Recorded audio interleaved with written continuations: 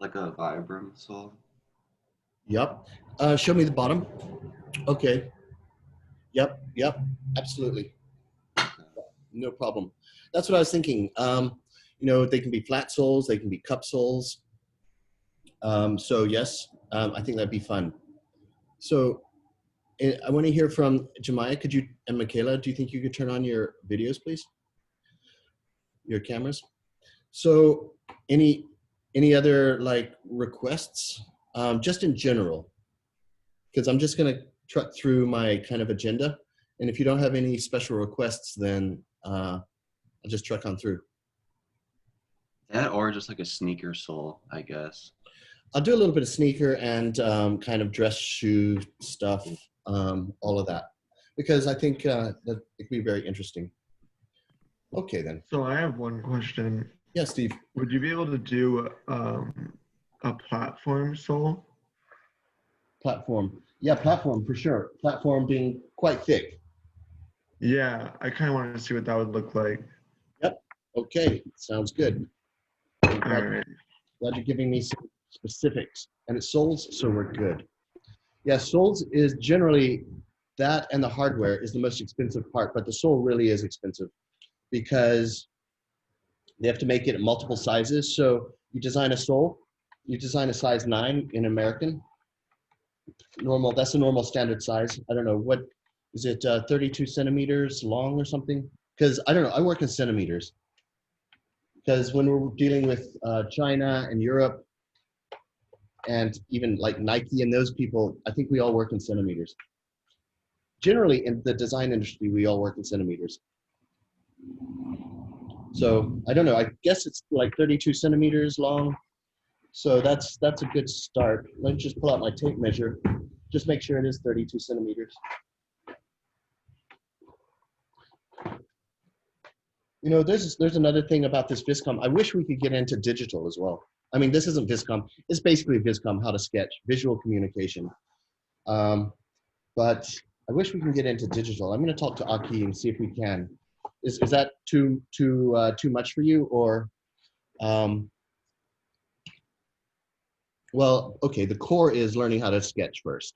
So regardless if we're in digital or not, I guess we're on a right way because this is basically teaching how to sketch and getting proportions and all that kind of stuff. So I guess we're good. I hope this has centimeters on it. It does. 32, 32. Yep. So that's about the length of a size 9 shoe. I guess I could measure it. I don't have any shoes next to me, but yep. Okay. So when we're designing soles, and generally shoes, we always do size 9 because that's the most popular size. I don't remember what it is for women, but sometimes the men's and women's shoes are the same. You know, as long as they're the same, we design it for the men because that's the most popular, biggest selling size. And so it's just like it's standard. So everyone is on the same page. All right, my sketchbook.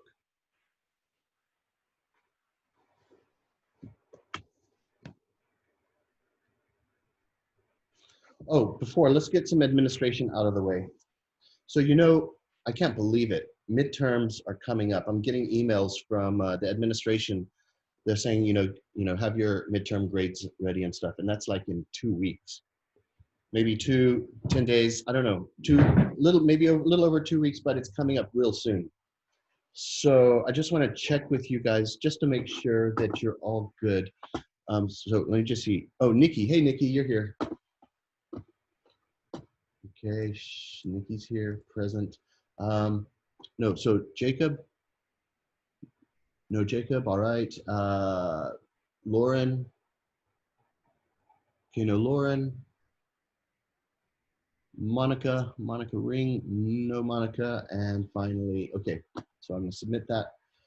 So I just wanna go over the homework quickly and just see if there's some issues with anyone missing stuff, because you need to turn this in before midterm. And by the way, midterms, I'm not giving any special requirements for midterms, no like special coursework. We're just gonna keep on trucking all the way through. So we're just going to keep on trucking. So there's nothing special you have to give in for midterms, except you do have to hand in homework if you're missing homework.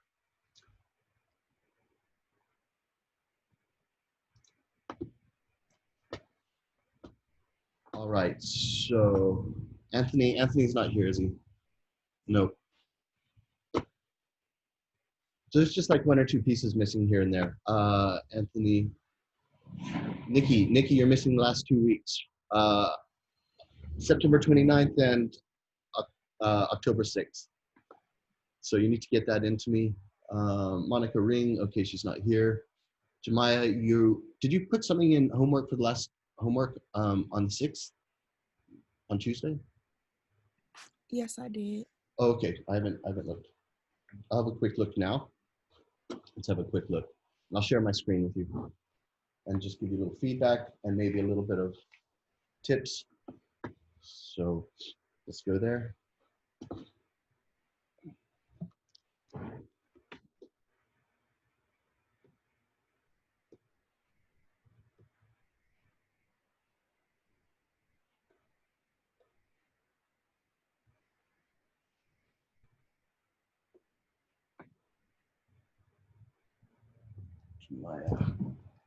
Just move this out of the way for now.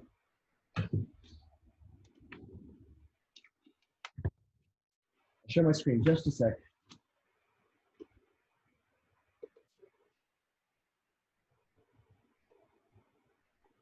Okay, awesome.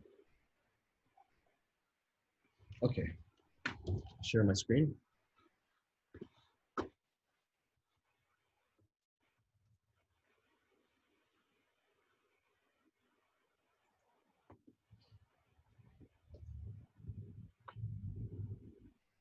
Oh, you can't see my, can you see my screen? Oh, can you see my screen? Yes, I can. Great. Okay. Okay, so some hardware stuff, yes. Okay, you can get in a few more details, but let's see. Oh, okay, that's one. Okay, let's just get an overview. Hey, could you in the future put it all into one PDF so I don't have to go back? Because it's easier to scroll up and down. Jemiah, please. Yes, I can. Sorry about that. Okay, these little you. It's pretty good, pretty good. Do it with a few more details, but let's go back here. That's good, getting in there. I guess this is a strap, isn't it? This is a rope handle, or what is this? Or is it a big piping? It's suede. It's what? Suede It's material. Oh, is it just a big piping though that goes around this flap? Yes. Okay. Cool. Okay, let's check out some others.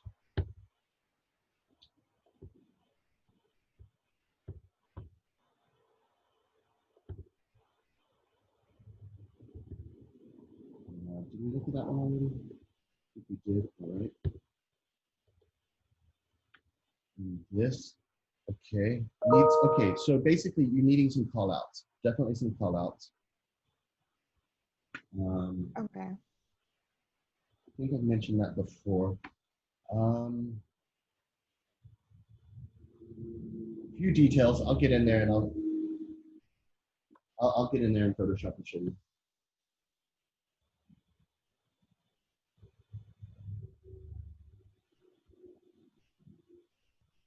Oh, what's going on? Couldn't preview the file. There's a problem loading your pages. Okay, my bad. I don't know what's going on. Go into it.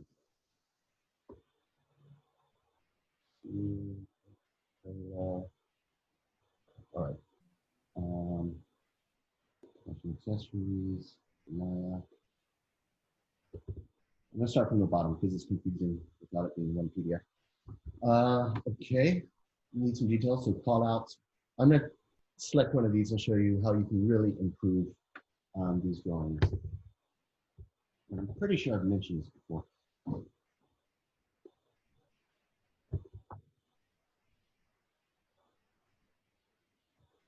Okay. I don't know why it's, I don't know. I've kind of got some weird internet issues. Okay, let's check this one. Okay, a little more detail.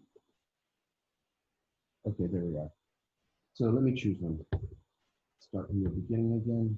Okay, so homework was to really explore hardware. And so really explore that hardware. If you go to the, all the videos and sketches are on Blackboard. So you can always go back there, Jemiah, and this goes with the whole class. You can always go back and see the demonstration sketch. And the demonstration sketches are kind of what I'm looking for you to try to aspire to for your homework in general, unless I'm specific.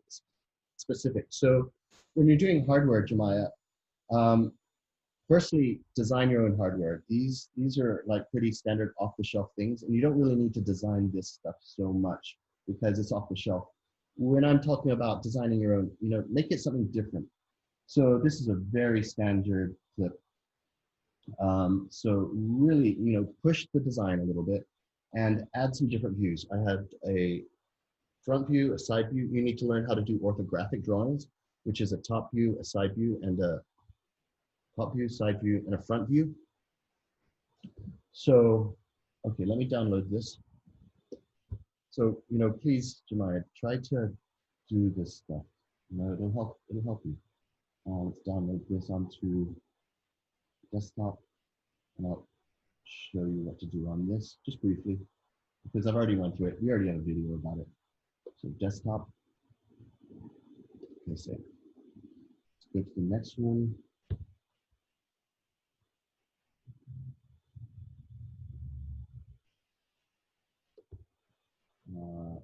So that was that one.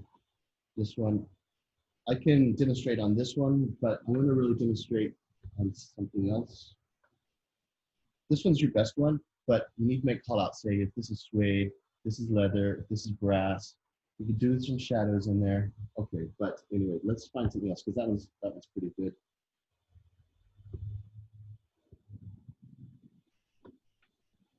This one's missing a lot of details. Call outs, for example, maybe a background or something like that. But I get it. This is one of those really rough type of gathered straps. I don't know, is there a closure in there? But it just requires details. But let me find the one that I was really thinking about. Not that one. Not that one. I'm glad you're getting into a little bit of hardware here. But you can actually add, add some spice to these drawings. Put some like real love into them, and really think about things a little bit deeper. For example, let's just for example, let me zoom in. I'm gonna clear this. Let's just zoom in quickly. What if I can't zoom in? One of those little things on here. There we go. Okay, let's just expand this full size. And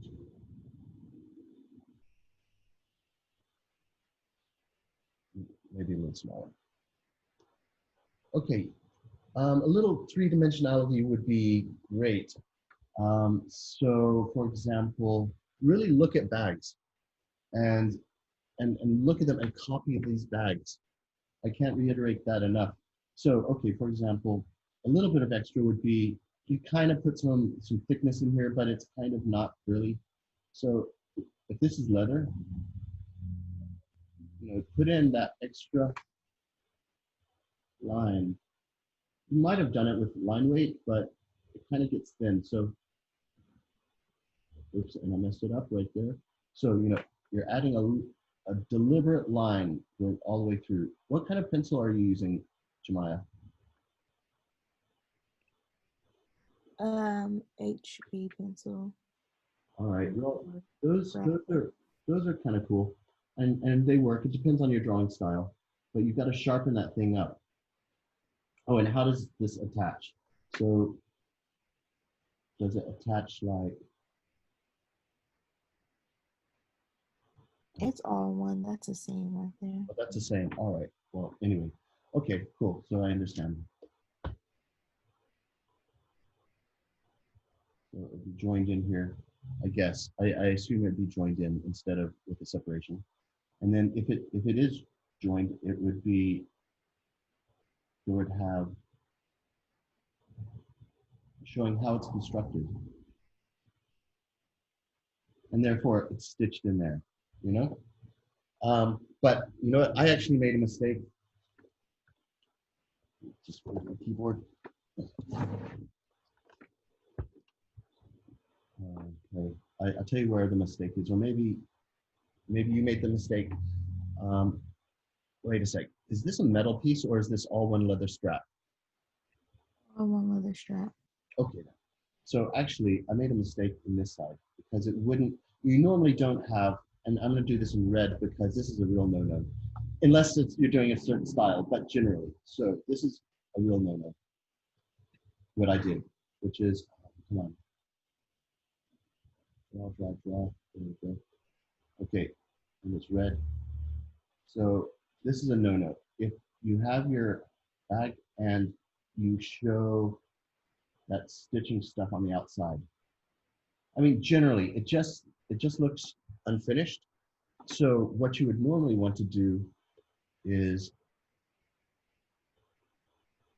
it going on the inside. It's just a quality thing, you know?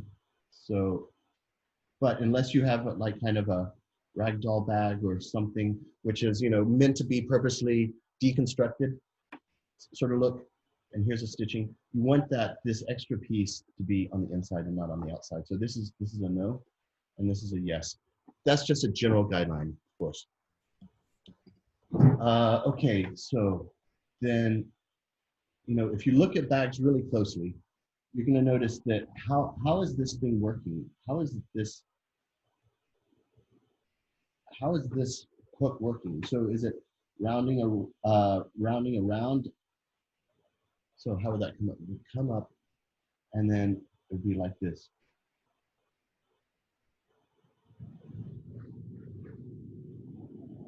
Wait, hold on. Basically, how does this attach? Okay, let me figure out how this would attach. You might have a hole in here, and a hole here, and therefore you can have a strap that goes in like that, and then the D-ring here would be, I guess, the same, showing how it's constructed, and a D-ring. So does this make sense a little bit, or? Yes, it makes sense. Okay, great, cool. Okay, so call outs. And I would suggest you write notes on this. So call outs. Call outs.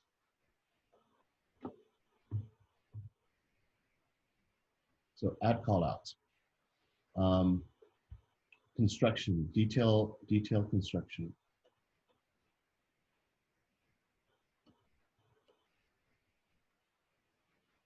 Detail construction. And when I talk about detail construction, this is what I'm talking about. Call outs, leather, let's say leather. Say leather. And generally for the whole class, you know, we can get experimental with stitching. Okay, you might, that's fine, Jemaya, you know, having that stitch, but I just want to mention that you can also get creative with, you know, different types of stitchings and stuff, X's, zigzags, you know, so there's opportunities to get really more exciting about that. So, okay, if we just have a standard stitch, sometimes we can double it up as well, just to get a little funk, because this bag is very much lacking in funk. I don't really see anything innovative about it. So a little bit of shading up here. So let me, did I download this? I'm gonna download this, and I'm gonna get into Photoshop. So callouts, details, shading, to give it a more realistic look. And you know, you can add a little extra dimension if you're already getting into perspective a little bit in these areas. then you can add a little bit of perspective to the strap, just to give it that little extra logos, any details like that. Maybe do a little side sketch about how, if you're doing something innovative in the D-ring, I don't know, some little details to just give it some funkiness. So 3D mini sketches, which would be little thumbnails. Just to explain what you're thinking. Tell us a story a little bit about this bag. So is this an expensive bag? Is it a cheap bag? So story, a little bit of story about the bag. Perhaps you might even want to, background. And we've run through all this. If you missed it, Jemiah, you can go back to the Blackboard, and these videos are all on here explaining all of this stuff. So, Okay. yeah. Okay, so let me take this into Photoshop. You clear all that. Did you get those notes? Okay, well, I'm gonna clear it. You got that? Those notes?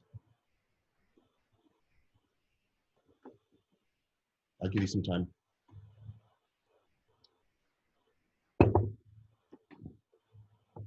Whether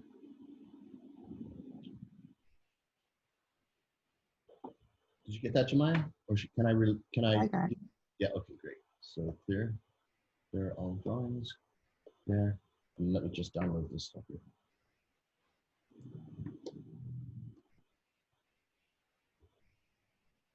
Download desktop. Yes. Okay. Cool. And desktop.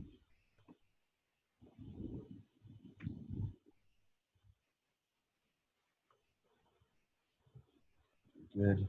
8.5, 300 DPI. It's all good. And this one here.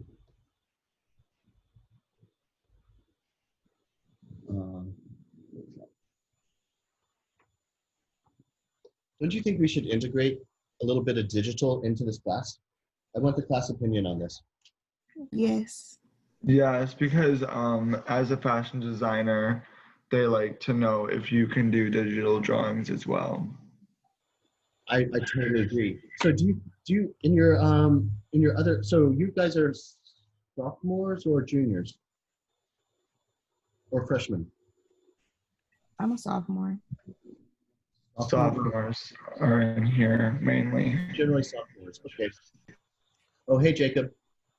I put you down as an absent. So sophomore. Okay. And when you get into your junior year or next semester, do you have any digital classes at all? No. Honestly, I think there's something that sucks a little bit in this. I really, this is not. Okay, I'm gonna call up Aki and ask him about this, because we do need to get into digital, but the core of this is really to learn how to draw. I mean, if you can draw, then you can apply it to Photoshop and all this. All these principles that I'm trying to describe can apply it. You can just use it in Photoshop. Do you have iPads? Yeah. Things are awesome. I would love to do a demonstration on iPad, and maybe I just break the rules and say, all right, I'm going to do a demo on iPad. You mean like Procreate? Procreate's the bomb. Is that what we do it on though? That's what I do it on. There's Yeah. also a thing called Autodesk Sketchbook, but I don't like it. Procreate's way nicer. I'd be down for that. Yeah. Who else has iPads? So I just don't discriminate against those who don't have iPads. Hello. Do you mind if you turn on your video cameras, please? Nikki, Jana, Jemiah, and Lauren's here as well. So who has iPads, please? Just one? Steve, is that you that said that? Oh, you do. Nikki. Nikki's got one also. I will. What did you say, Jake? Jacob, do you have an iPad? No. All right. Steve, do you have an iPad? I do not, Okay. but I can always buy one. Jana, do you have an iPad? No, I don't actually. Okay. Jemiah, do you have an iPad? Yes, I do. Okay, great. Camille, do you have an iPad? Yeah, older one. Okay. I don't think it matters. How old is it? I think it's like 4th or 5th generation. I think you might be good. What are we up to now? I don't even know. I'm not sure actually. Hey, Nikki, you've got one. Cameron, have you got an iPad? Yeah, I do. Awesome. Michaela, do you have an iPad?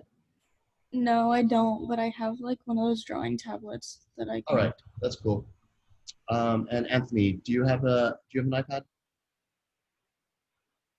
I'm sorry, what was that? Do you have an iPad? No, I don't, but I was actually thinking about getting one this week. Honestly, they are so freaking awesome. Maybe I can do a demonstration. Also, sorry about not being in. I don't know why my computer wouldn't open up any application or anything, and then I had to restart, and then then I couldn't find the Zoom meeting anywhere for some reason. I know, technology, man. We love it, we hate it. Yeah. I'm just going to put you guys in because I want to make sure that I get you all in my attendance roster, and we're talking October 8th.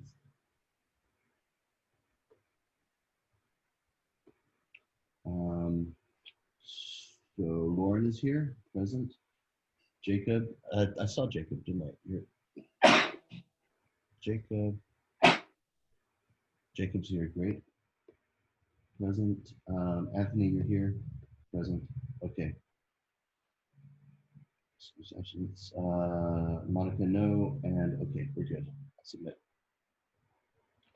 All right, so okay, I'm going over your homework, Jemiah, and I have it open, but let me just go check with the others and just make sure that, because half terms are coming up in like 2 weeks, so everyone has to have a grade.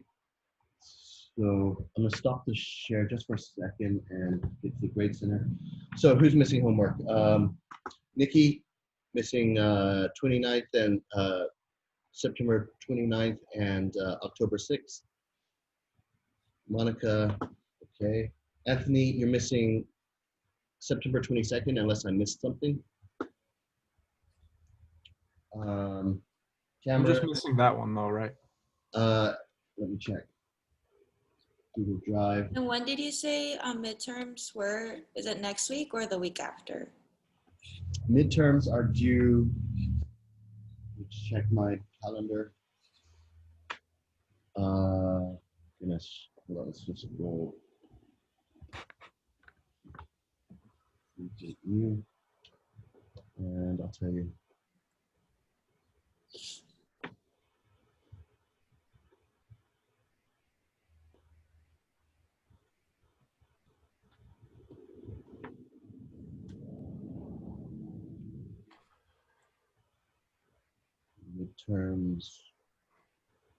Midterm grades next week. 14th. They open on the 14th of, it's Wednesday, October 14th. So 1, 2, 3, 4, 5 days. So we need to get that homework in by Thursday. By this time next week, all homework needs to be turned in. And if it's really late, the most I can give you is a C. So you have to do good work to get a C, you know, to make sure it's good. All right. Now, homework stuff, grade center. Okay, Nikki, a couple of weeks, the last 2 weeks. Cameron, the 6th of October. I turned it in like a couple hours after class, and then I emailed you. Oh, right. And Jana, the last 2 homeworks. I put in the last homework, but the one before that I haven't put in. Okay. Yeah. And Anthony, Did you ask me about? Did you ask Yeah, I think I only have one, right? Yes, you only have one. All right. And so, so you know what? Check out that date, or check the video and see what the students were working on, because I don't remember what the homework was exactly. Shoes or bags, but whatever. Just bust out some nice sketches if you don't have it already. All right. Okay, great. So got that out of the way. Now I'm going to share my screen and just do a quick little thing. We're going to talk about souls today for those of you that came in late. We're going to do souls, but just in the meantime, let me just explain to Jemiah some things. Screen share. Desktop. So, Jemiah, check out the video, the class video, but an orthographic drawing consists of this. Let's just test. Okay, we're good. Put my keyboard here so I can like speedily do this. Let's just go with the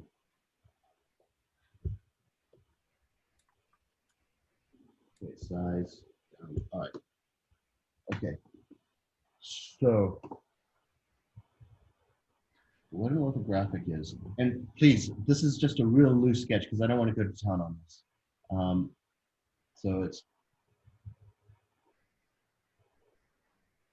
this is just very loose. So don't take this as an example of the type of drawings that need to be done.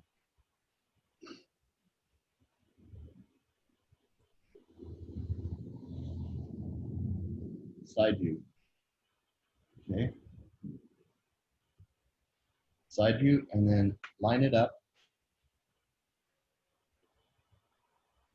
with the with your side view, and then you're going to do a front view.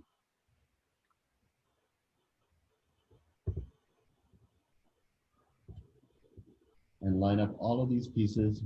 D-ring. Oh, it's going to be the other way. For D-ring, it's going to be like this.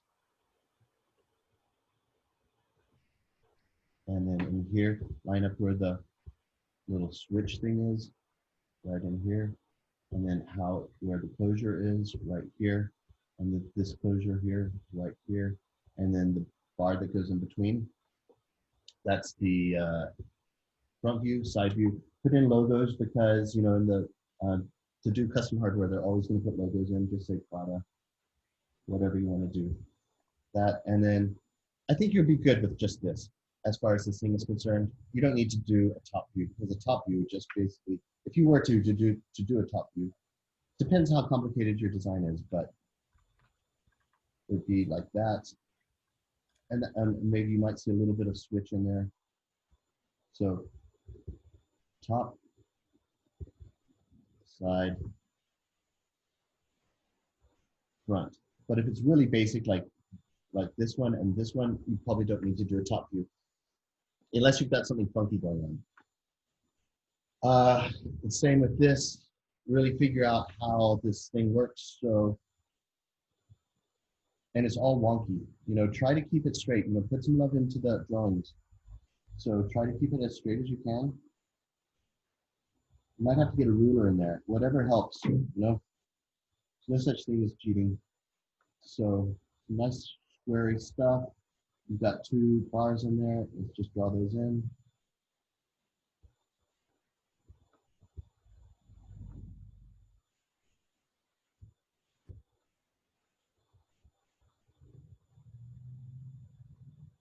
Around the corners, and get into the nooks and crannies, like how does this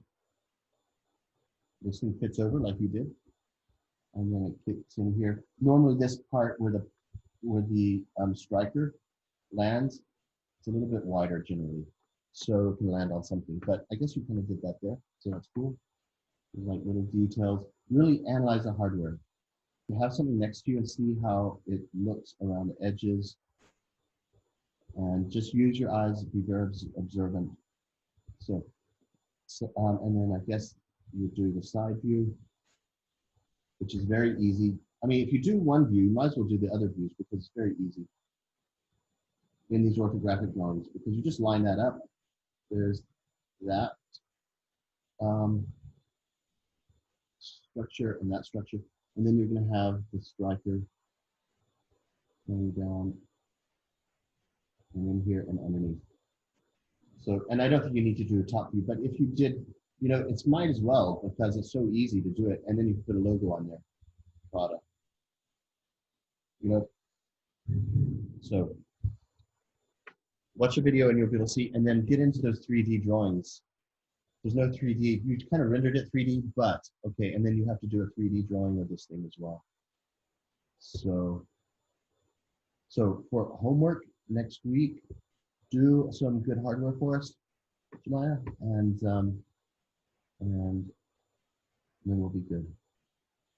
Okay, thank you. Yep. There, and then the striker thing here. I mean, not the striker, the closure. I'll just get into that 3D element to really analyze stuff, and then you'll be good. Okay, let's check this one out. So I mentioned line weights. Oh, what I wanted to do, and the reason why I chose Photoshop for this is you can put in some shading in here, whether it's kind of, let me try to replicate. So I'll get just, since I'm using Photoshop, I'll show you some tricks. When you're sketching with Photoshop, I love this digital brush. It works with pressure sensitivity.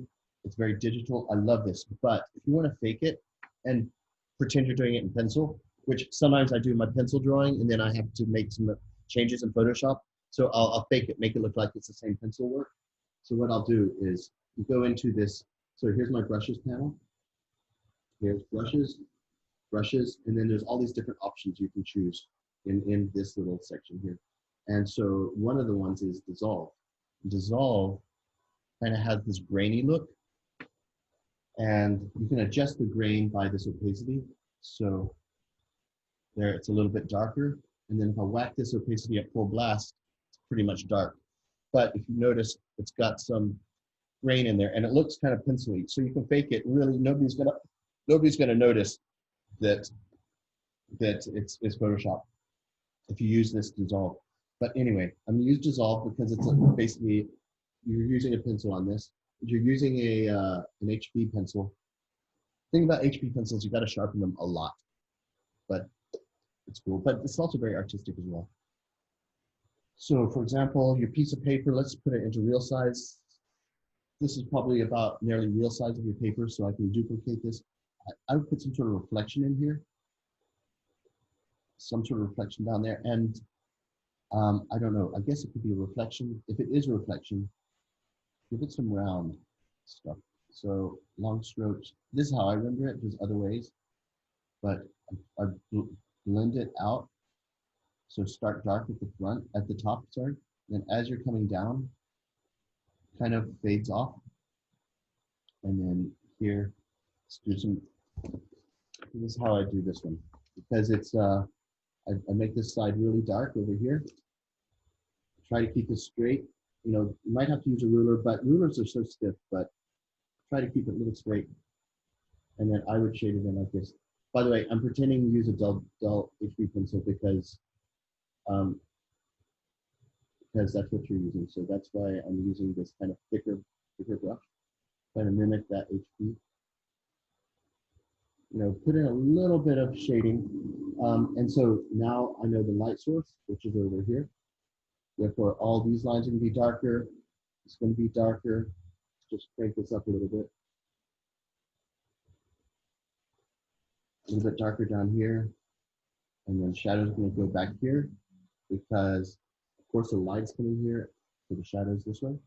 And then here, that's why I shaded this up here, like that. And then so here, down here, I don't know if it's curved on the bottom, but let's just say it's flat. And just nice, clean strokes. At least that's how, everyone has their own different way of shading, but this is just my way. You'll figure out your way. Drop a shadow in there because the flap has cast a shadow. So that shadow goes in here and it will go around here, and I'm just going to shade that in. So you see it automatically looks fresher and a little more lively. You want to excite your client or your boss. You know, you want to get them excited. And part of that is if you do nice drawings, they get excited just on the drawing on its own. But then if the design is kick-ass also, it's a winner. You get a raise. Logo, okay, let's just pop something in there, like, I don't know, whatever, but it's a plate on top, so to show that, I'm gonna put in shadows on this side, data, whatever. So it's casting shadows there. The extra line, so the underline, the under part of this strap, I'm gonna make this darker because that's gonna be the shadow area. And then as I go around, it'll get lighter because the light starts to strike there, so it's lighter. But on the contrary, on the other hand, this side will be darker because of the shadows. So make that darker, shade in this, some details. I don't know, really detail this out because nobody can make that. And basically you're good, but I would put in some little, like at least a background, just to give it a little 3D element. I don't know, maybe around the corners. I honestly don't know. You can do different backgrounds. And I don't know, it could use some details in there, but I'm just trying to show you the basics. Okay, there we go. Do you want me to send you these drawings tomorrow? That's a picture. Thank you. Yep, okay. JPEG. Save. I'll save it on my desktop and I'll send it to you. But these are not even very great sketches. I'd really refer to the videos. I'm kind of embarrassed to send this to you. All right, and this too, it's not great at all. It's actually something, but you get the idea, I hope. Don't trust this shitty drawing. Do something better. Save as. Photoshop. Yeah, that's not good. Okay. Right. Cool. Now we're gonna get into some souls. Unless there's something, am I forgetting something? Do I need to? Did I promise I'd demonstrate for somebody something else? I don't remember earlier today.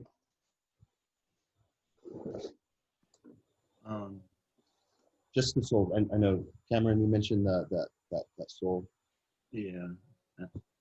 Yeah, I know Steven mentioned that one too. I think that was it though. Okay, cool. Let's get this little guy going. Oh, I always forget what the icon is. Visualizer. And let me give it something to focus on. I'm getting all juiced now because I get all excited when I can start drawing.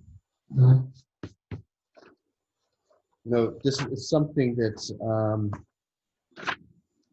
you all should get excited about drawing if you're not already. You know, get into it because this is a major part of your job. And you know, I changed my mind. I was like, oh God, I had to do some drawing homework, but now I'm like, F yeah, I'm all about that. So if you change your mind, life will be way easier because you've got a lifetime, unless you're just making stuff. In that case, maybe it's different. But still, even if you're just making stuff, you're still gonna have to sketch. It's an extra language, you know, sketching is like another language. You can always communicate. If you go deep into the Amazon rainforest and nobody knows how to speak their language, at least you can draw, I'm hungry, and draw a cow or a carrot and go or something. I don't know. But it's a universal language. Everyone speaks drawings. They can all understand that, whether you work with Germans or what. So, let me get these. I've got new software. I mean, it updated software I didn't know, and now it's all different. So let's just turn on my lights so I get some purity. Focus. Manual focus. Just make sure it's all focused.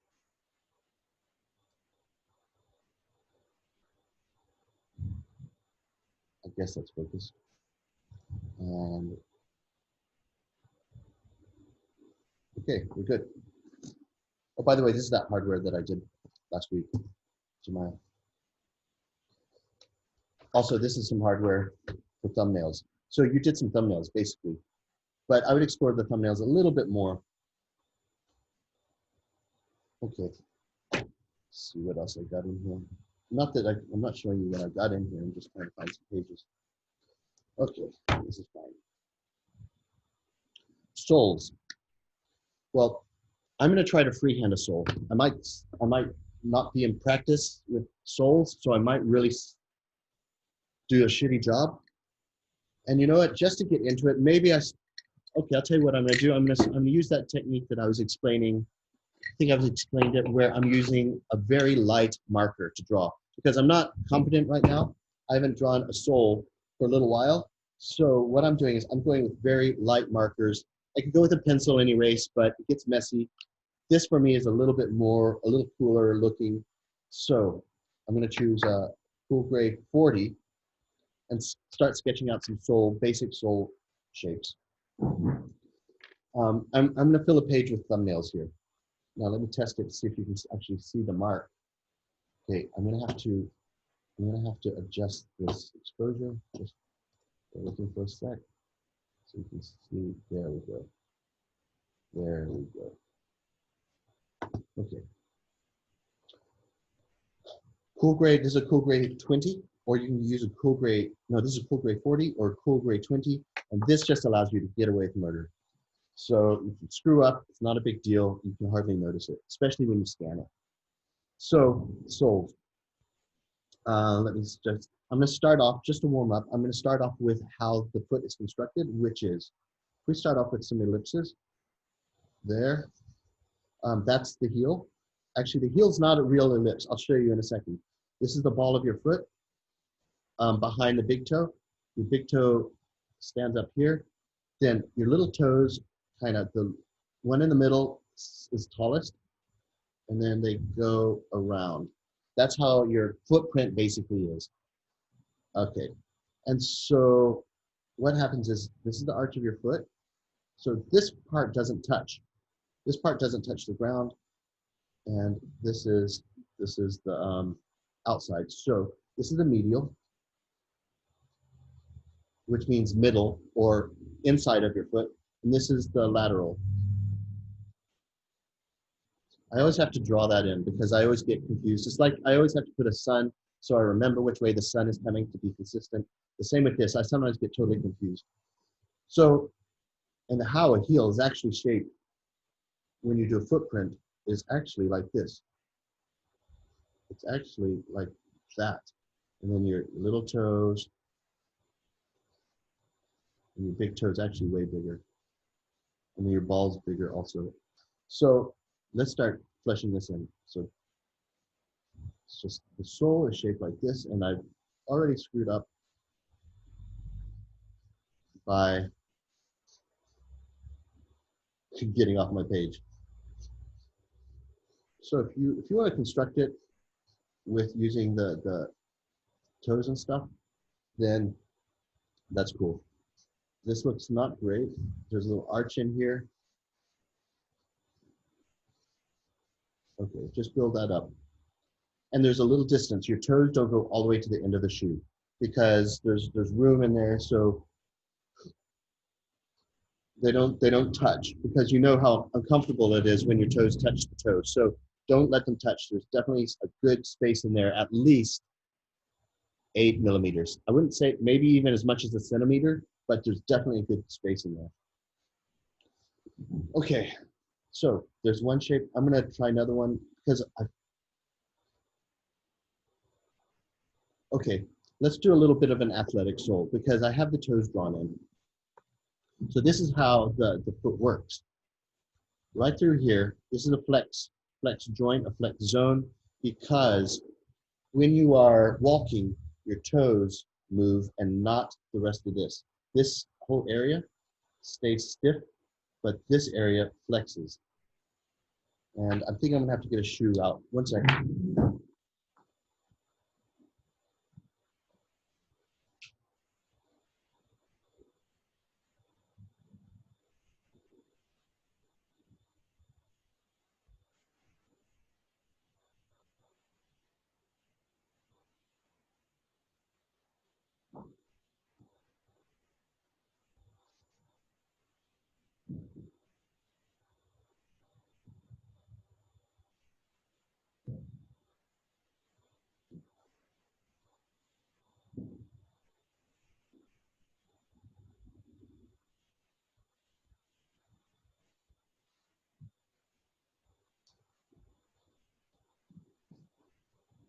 just pulled out athletic type shoes, but not even hardcore athletic shoes. I just pulled out some shoes, athletic, basically some trainers, sneakers.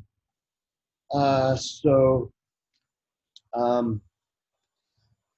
this Air Force One cup, this is very standard cup. You can buy them in China or whatever. There's not much technicalities in this here. But this is where the ball behind your big toe's here, the ball is in here, and then your little toes go around here, and then you'll notice the archway, which I was talking here. This is the arch, and this is called the shank. This area in between is called a shank, and it's stiff, and it stiffens, it helps support your arch. So normally the footbed, see if I can pull out a insole. What, Nike glued an insole in? They never glue insoles in. Oh, let's try another one. I always think it's cheap to glue them in. Oh, this one's glued in as well. All right, whatever. Didn't I bring a tech one in? Okay, just the Air Force. So they're hinting. Okay, they're hinting. Let's just get this. So here, they're hinting at the archway, where this is suggestive of the arch of your foot, which doesn't touch the ground. It's the inside. This is the ball, your big toes here, so this inside of your foot. So they're hinting at this. So it's a styling thing. It gives you these sections of the foot gives you ideas about styling. This is this flex zone that I was talking about, because that's where your feet, your toes flex. So that's another styling opportunity. Where the ball is, we use that a lot. Like in this graphic here, but do a ball radial graphics that come out. It's very standard. And then I want to point out another graphic detail is, so notice they have these kind of stripes going all the way through the flex zone, but they stop it here. They stop the stripes here to have open space. And this is just a styling situation where they're really accentuating the fact that this is the flex zone, and they did it very simple graphics by not continuing it into here. Logo on the bottom. If you're doing a custom sole, you're gonna definitely brand the crap out of it, because these things cost $100,000 to develop, at least, considering the designer's time, considering the engineer, the computer-aided design that goes into it, and a lot of testing. Okay, fashion brands don't test their stuff so much, but Nike does, and they'll spend like $1 million on this. Okay, let's look at the side of it. Okay, the side. So here's the side. I'll try to get some light in here. It's very thin. Now, you do see, this is the outsole. This is the midsole. The insole's inside, you don't see it. So generally on a rubber sole, you're gonna definitely see this outsole. And this is a very strong graphic where they start to color block. So here you have a blue color, or I don't know what color, blue, black. And here they color block the flex zone in red, and they accentuate this shank area with an empty area right here. And then they start getting into some graphics into the back. And so the philosophy with this, okay, now let's try the other side. So once again,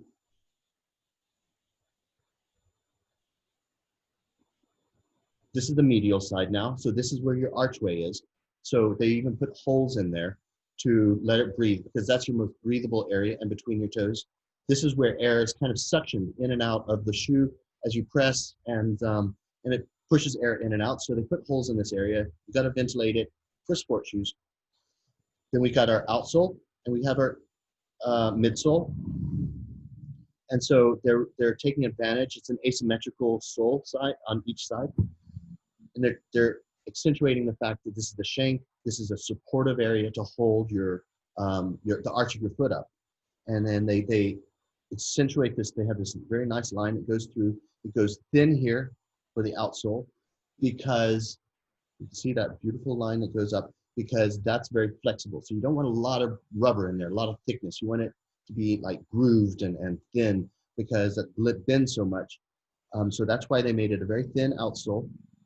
And then once again, graphically, they're showing this flex stuff on the side.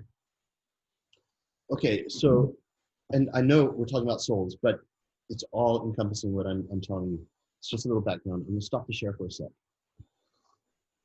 So this is the lateral side. And so what happens is, and we're talking in actually maybe not the high fashion places because they don't have racks of shoes like Foot Locker.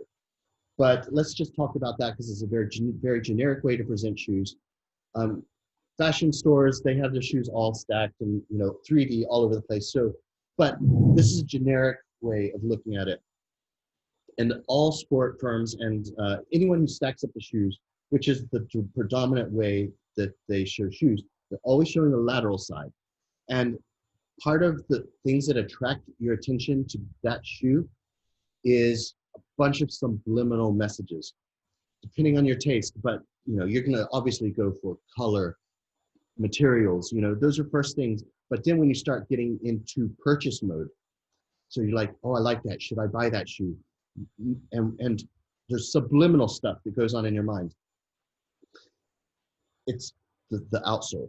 And if you like tech stuff, or if you're buying running shoes or something, you're going to notice this outsole. And this is a graphic. This is literally a graphic design on the bottom, which is attracting people because a lot of techie people who like these sports shoes and trainers, tennis shoes, they are attracted to this. And so subliminally, they will notice that. They won't notice it, obviously, until the next step. So all the shoes are stacked up. They're like, oh, I like this red, white, and blue one. It looks good. Next step is, it's already got you. Next step is take it off the shelf. Next thing they do is turn it around every time. They turn it around because they want to see the graphic design under. That's going to either seal the deal. It could seal the deal, and the guy is like, yes, I'm good with this. Yes, yes, sir. Okay, I'll take this. Or it might be like, oh, it's flat. F that. All right, put it back. So this is the second look that shoe people look at, and it could seal the deal or not. And so that's why this is a very graphical element, and it's a very important element. So that's the psychology of buying shoes.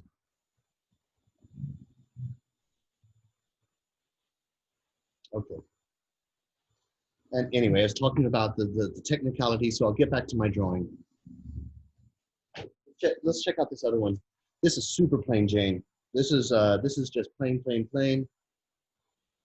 Just a simple, but you know what? If you're in the Air Force One world, and that's what you want, not that this is an Air Force One at all, but it is a cup sole. You don't really care. You expect that on an Air Force One. So you're good. You're like, yep, Air Force One, I expected that. Sometimes they get funky with their soles a little bit.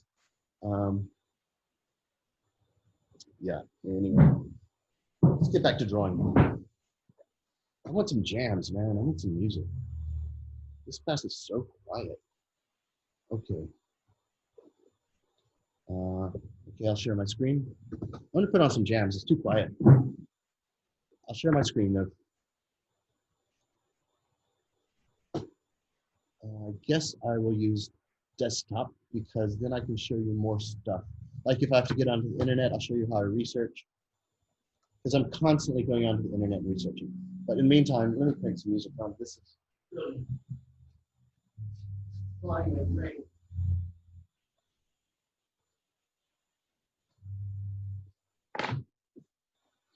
Does anyone have any questions, or is that kind of interesting about the psychology of buying shoes?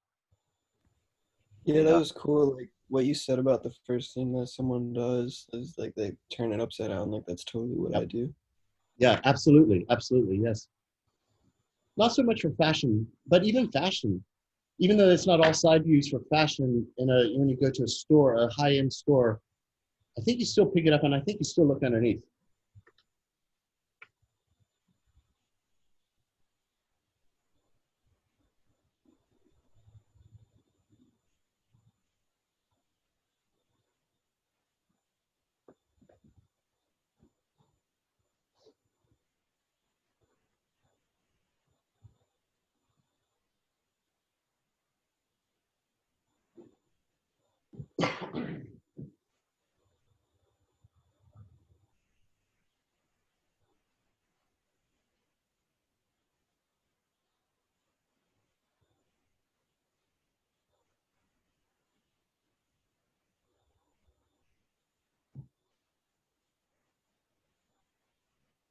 Okay, I've got a really big mix, techno to hip hop to something like this, but this is good vibes.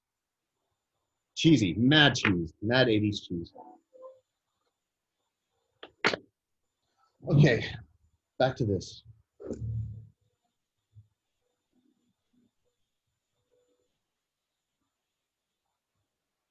Okay, mad cheese. I'll just be quiet and draw.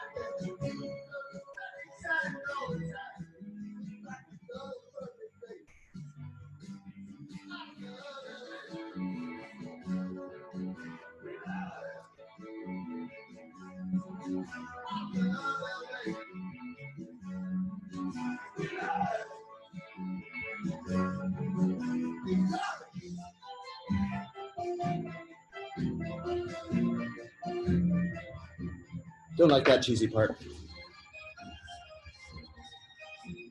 Okay, celebrating Japan. That's what this shoe is. Red and black. Red, black, and white. Red and white. Just a thumbnail. Strong graphic. The rays of the Japanese World War II thing.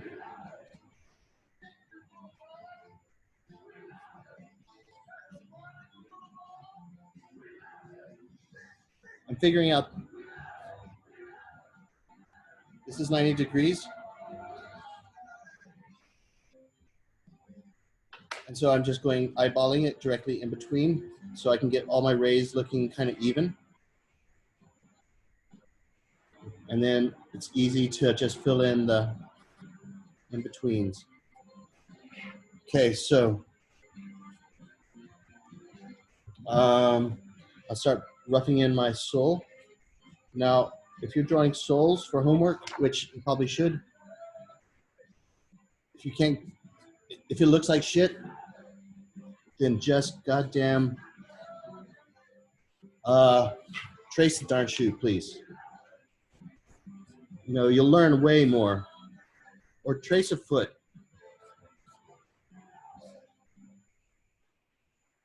Okay, so this looks kind of okay. Now I don't know if I've shown you this technique, and this technique, it looks good to me. This sole, right? The sole looks okay proportionally, but you can't tell really. What you have to do is you have to shine the light through the paper. You have to shine light through the paper, and look at it in a mirror type of situation. So there's my shoe. What I'm doing is I'm going to shine it up to the light, and I'm looking through so I can see, and I see it in reverse. You can't see it, but this is the reverse. Shine it up into the light, and you'll see if the shoe looks bad. And that's how you really see stuff, proportions. That goes with all drawings. So it's kind of like flipping. In design, normally we use, let's say, marker paper. Back in the olden days, we used marker paper, and marker paper is very transparent. So what we do is we draw the thing on the right side, the correct side of the marker paper, and then we flip it to see if it looks good. Now this goes for anything, like the side view of a shoe, the top of a shoe, the 3D of a shoe, bags. So your bag design might look cool in your sketch, but then flip it and you're gonna say, wow, I can change the proportions. This is not central. You'll see a lot of issues. It's really annoying, but it's also very interesting, and your drawings come out a lot better. So try to apply that. Don't even try. Do it. Actually apply that stuff. So anyway, I looked through it, and actually I was lucky. It looks not too bad. It looks okay. A little bit flat around here, but I'm rounding it. So this is my concept.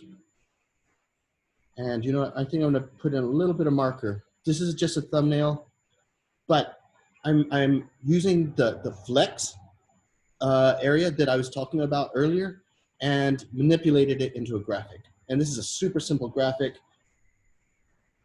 Prada's Italian, so I want this to be red and white, maybe with a logo. So this is all gonna be red. I'm just gonna do a quick marker on this and just see how this looks. I don't know what I'm doing exactly yet. Well, wait, hold on. This is the internal. This is where the shank is, the arch of your foot. So maybe I'd put in something in there just to, I don't know yet. I'll just put it in there. I'm gonna get a red marker and try out this red stripy stuff.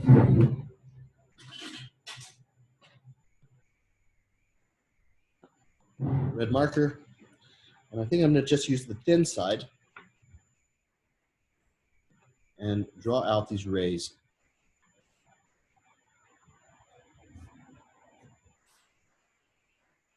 I fence it off first. Oh, I love this acetune.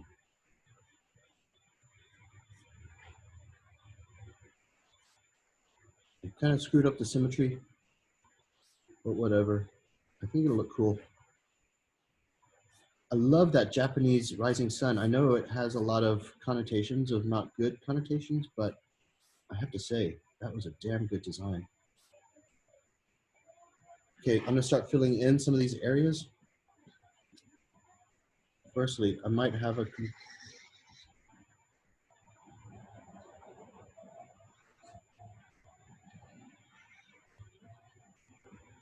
I'll start filling in, okay. Firstly, I know I'm gonna do all this red. So I'll start with that, that's a given.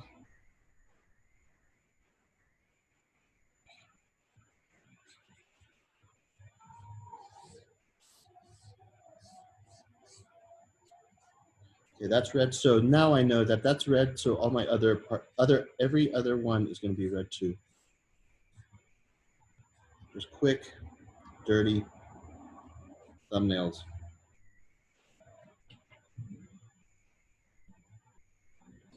And I could show this to my boss. It's super loose, but I could say, yo, boss, is this cool? Is this in tune with the company stuff? Is it going to be a seller, do you think? You know, ask the guy or whoever your boss is this going to be acceptable?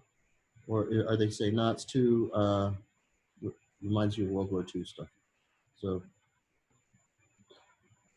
so let's extend this a little bit. So I'm gonna have a red rim that goes around it.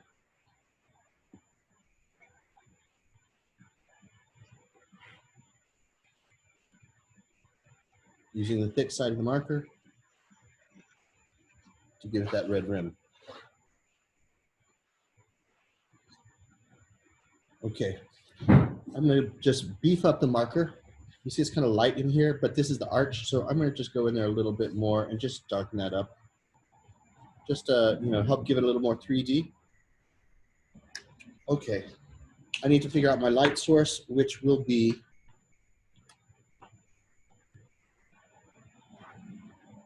my light source is going to be here. I'm turning my shoe around. That's my light source, and I have to remember that because my sketchbook is upside down now. So light source. So I'm going to go over this one more time, where all the shadows are, which is all of this surface down here. This is the underside of the light source, especially this heel. So you don't see much, but it's there. I'm going to do each of these rays, just the back side of it, the underside. And I don't know if you'll notice it. Honestly, I really don't, but theoretical, I know this is how it works. Just theory. But I don't really see it, to be honest. but who knows? Okay, there's that. Let's put in some. Let's put in a little bit more. I'm gonna see if I've got a darker red.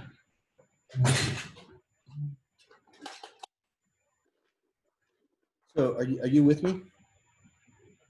Anthony, are you listening? And Jemiah and Jana, Monica, Yeah. Anthony, I'm with you. Lauren, Yeah. you awake? I can't see if you're awake, if you're paying attention. I think it's important. Hello? All right, I found something a little darker. This is crimson, crimson red. Crimson red blood. Color blood. So let's see what this looks like. I'm gonna do a little test sheet. Let's just get a test sheet. I'm gonna compare my two reds. So this is a bit of a marker lesson, but it's a thumbnail. So this is the red I used before. Okay, we go light as well. So that's my red that I'm using now, and I'm using crimson red. Let me see if it's darker, because it is a little darker. Great, so now I can use this crimson red on top of my old red to beef up my shadows. Only way I can do the highlights will be with a white pencil, because it's too dark. I've already screwed up in terms of doing the white stuff, but okay, I can see that. And I'm gonna just do the rays that are coming out a little bit darker on the undersides. I love this stuff, especially when I got dope tunes. Excuse me, I'm gonna.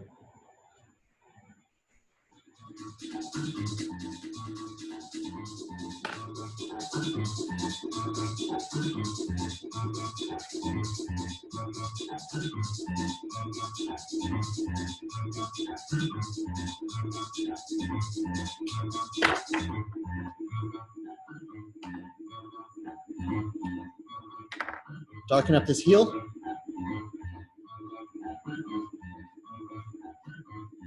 Good. And in here. This is the arch of the foot. So giving a little shadow because it's arched. And now I'm going to put in, so my white areas.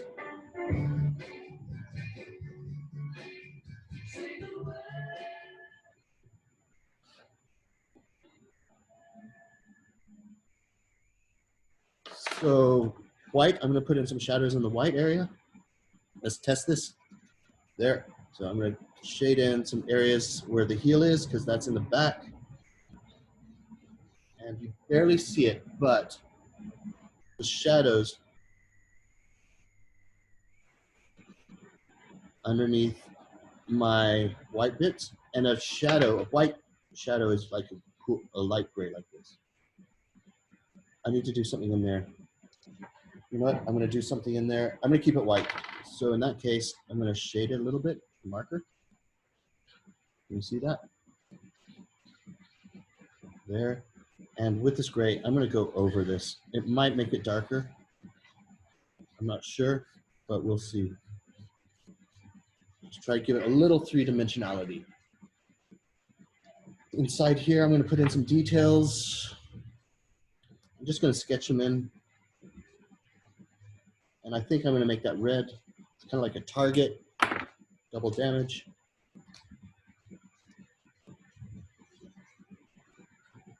Okay, it's not great, but hey, let's put a little pinstripe in there with my thin marker. Rip off Nike a little bit. Okay, there's that. And so my light is coming from here. So therefore, I'm going to drop a shadow back here.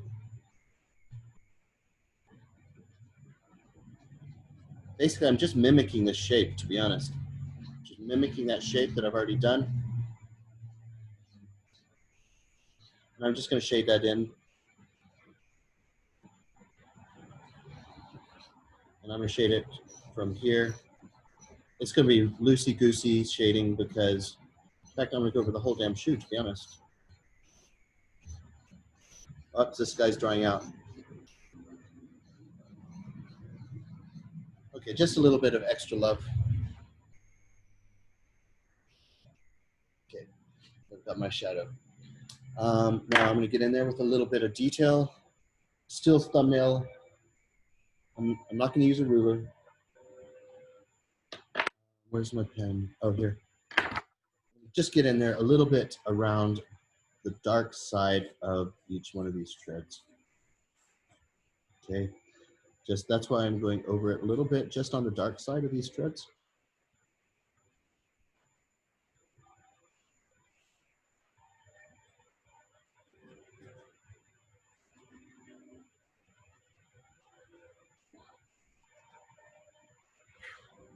Some areas like inside the shank.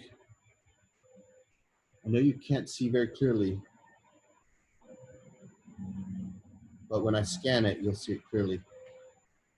I'm gonna do some graphics. Now I'm gonna start getting into graphics. Actually, I'm gonna do it with a red pen, just to be like, black's too harsh, and at least I can sketch it.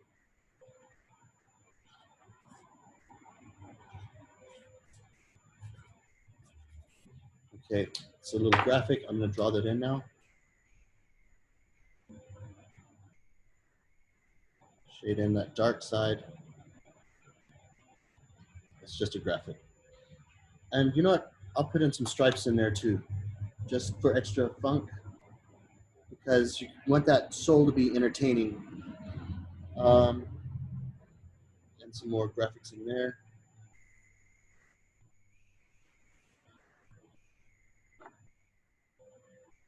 A little bit of the shadow on the white side.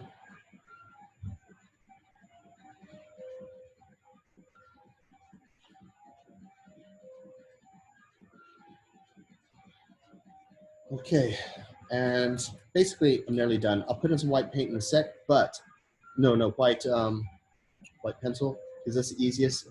But let me test this marker, this Sharpie. Jana, are you listening? Jana? Cameron? Yeah, I'm here. Cameron is, I know. Jemiah, do you mind turning on your camera, please?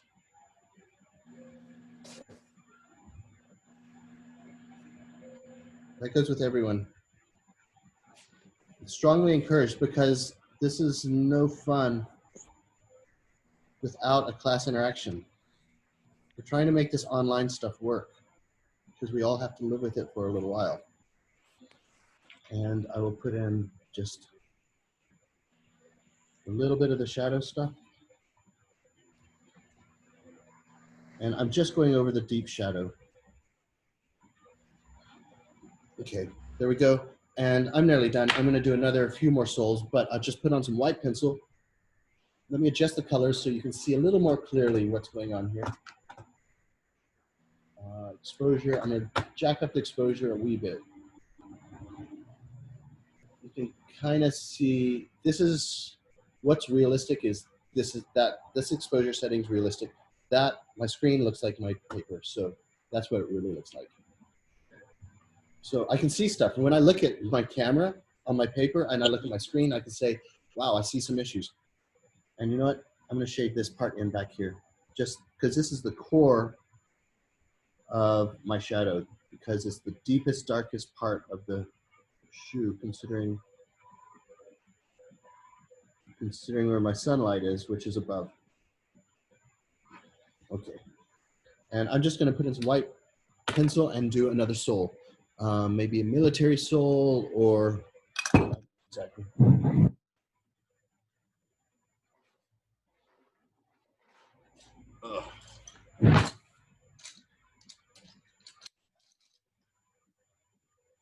Maybe I got some white pencils here. I got some white pencils here. We're good.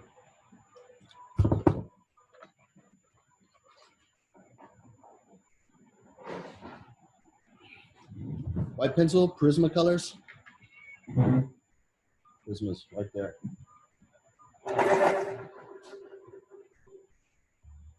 Okay, now you can see that it pops a lot more on my screen than it does on my paper.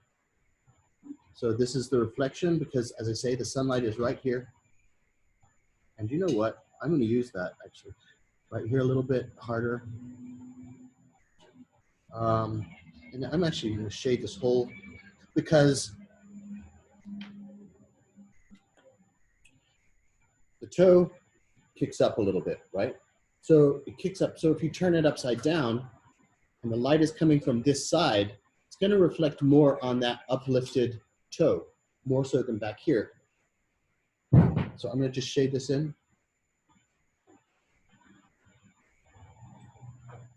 And I'm good. I'm good to go. Okay, I can't get any more white, even if I tried. Well, maybe. Okay, I'm good there. Okay, I'll just go over one more time in black. Oh no, red. I'm gonna go red because you can put red marker on top of on top of white pencil. It's waxy, but still, it does give an effect. Kind of reduces that white, so you can really see the 3D popping out way more now. Now that I had that base coat of white, and now I'm good. It makes me think I want to put in more white so I can really get that 3D effect going. So I'm going to do this again, and I'm going to bring it, it's definitely here because that's where the toe kicks in. And bring it back a little bit because now I can put in this on top of the white and really helps accentuate the shadows.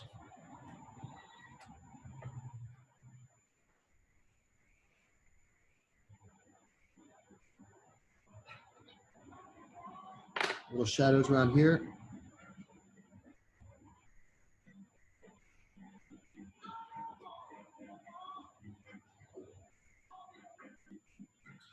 Okay, and now I'm gonna go put in some highlights with this white pencil because this was in base coat.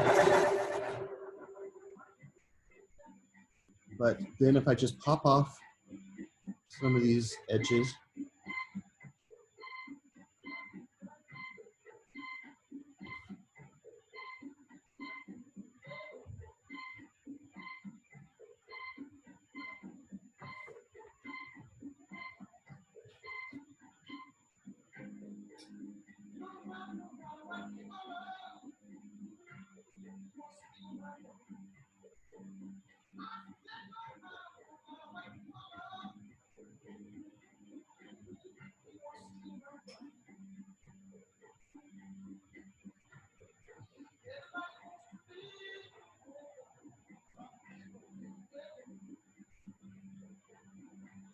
okay, there we go. I'm good. I'm good to go. I'll scan this thing in a few minutes. Let's just do some more shoes. Let's bust out some more. Damn it, I ruined a piece of paper. Not that I'm a tight ass, but I just don't care if I ruin a piece of paper, but I care that I ruined my sketchbook. I have some room to sketch up here. So let's try a different technique now. This time I've learned my lesson. I'm gonna put a piece of paper underneath. So it doesn't bleed through. Little paper underneath because I hate wasting pages on my sketchbook. All right, let's try a different technique now. I did this light marker. Okay, I hope you remember that. I've done it a few times now. A few lessons. It's 10 o'clock. Break time. All right then, guys. We're just gonna have a little 5-minute break. 10 because we still got what, an hour and a half left. So we're halfway through. So I'm just gonna go make a coffee. We've got an hour, 15 minutes, an hour and a half. So I'm gonna just sign off for a sec, and I'll be back in just a second. In the meantime, you can gander at this beautiful piece of art. I'm messing with them because they don't talk, so I gotta like keep myself entertained because it gets boring otherwise. All right, guys, I'm gonna shut this video. I'm gonna have a quick break, make some coffee.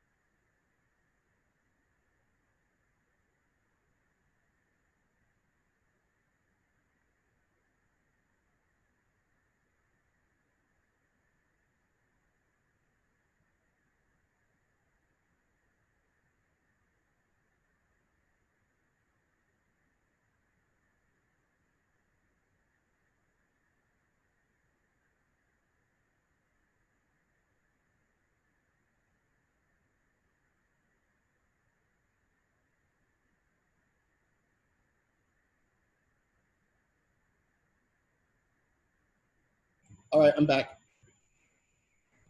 Okay, I've decided what I'm going to do with my drawing. I'm going to develop this into the next stage. So you can see the whole process. I'm not going to do more thumbnails. I'm good with this. I'm just going to, it's nice when you get away from your drawings a little bit, because, can you turn on your videos, please? It's nice to get away from your drawings and come back, and then you see stuff. And so it's way better. So I recommend definitely having a few minutes break. Just, okay, I just want to just fix this a little bit. I'm just going to add a little tweak. Just a little bit of shadow back here. And just fade that off.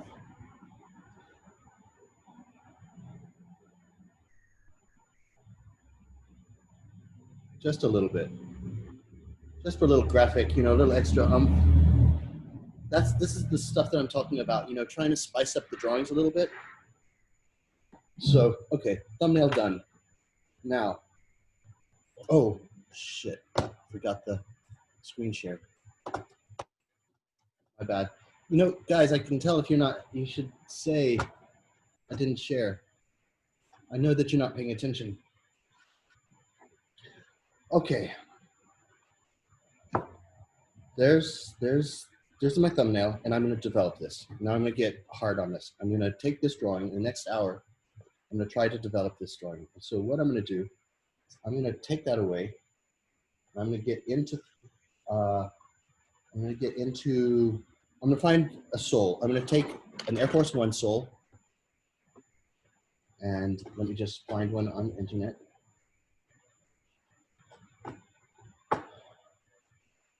Okay, I'm going to move my camera out of the way for the time being. Air Force One sole. Here's my keyboard.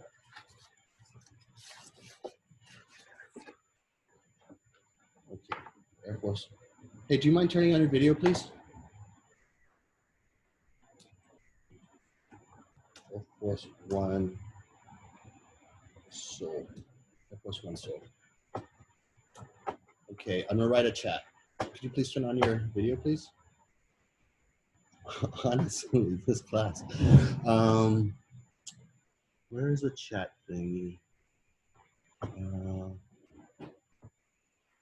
And everything's recording. Good. And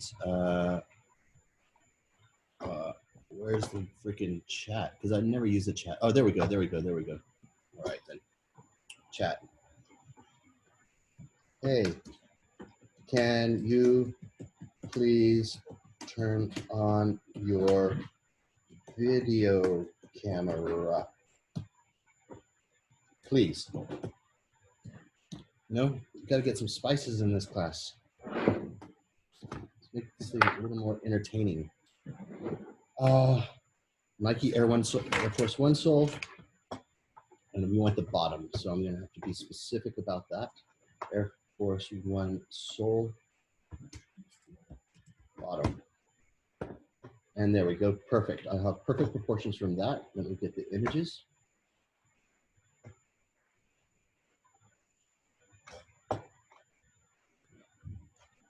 This is exactly what I want. So I'm going to take that. It's going to give me the silhouette. It's going to tell me where the ball goes. So it's just, I'm going to open it in a new window. Open link in new window. Open link in new tab. Open link in new tab, I guess. So weird because my internet is fast. But right as I do a first search, then okay, there we go. Pull this guy off. And put it onto the desktop. Okay, let's find that. Bridge. Oop. There we go. I'm gonna put this in a Photoshop. This is what I mean by tracing the shoe. If you can't get the right shape, then, and my shape probably was really bad. So I'm gonna copy, just Control A for select all, Control copy, and new. I'm gonna set up it on a letter size paper so I can print it off really easy. New. Clipboard custom. I think it's in print. Legal letter. And landscape. Create. Control V. Control T, which is transform. Make it nice and big so I'll have plenty. Oops. That's kind of cool actually. Oh. Let's make that big. So I don't use too much ink. I'm going to turn it to grayscale. So if you print just like this, you're going to use all of your CYMK colors. But if you turn it to grayscale, then you're going to use black. So you don't have to keep buying all those colors, those pesky colors. So that's just a little tip. Image mode, grayscale. I'm going to use my pen for this stuff. Mode, grayscale. Flatten, I don't care. Yes, I'll flatten it.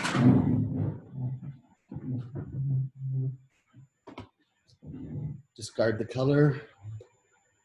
And so it's black and white. And I'm going to take this to the next level a little bit. You can do this simple technique, but it makes things super easy, and it's nearly like cheating. But I'll show you. I've got my soul, and then I go into filter, create outlines. So it's in I think it's in render. Whether it's in render, sharpen, stylize. It's in stylize. And the filter, Photoshop, filter, stylize. You're gonna love this, but I think I've shown it to you before. Trace contour. Do that. So there, you get a perfectly traced contour, which is very useful. So I'm gonna go, yes, I'm good. But I'm gonna erase out this middle because that's gonna bother me. So I'm gonna go to an eraser, E for eraser. I think that's, yep, that is. And I'm gonna take out all of this stuff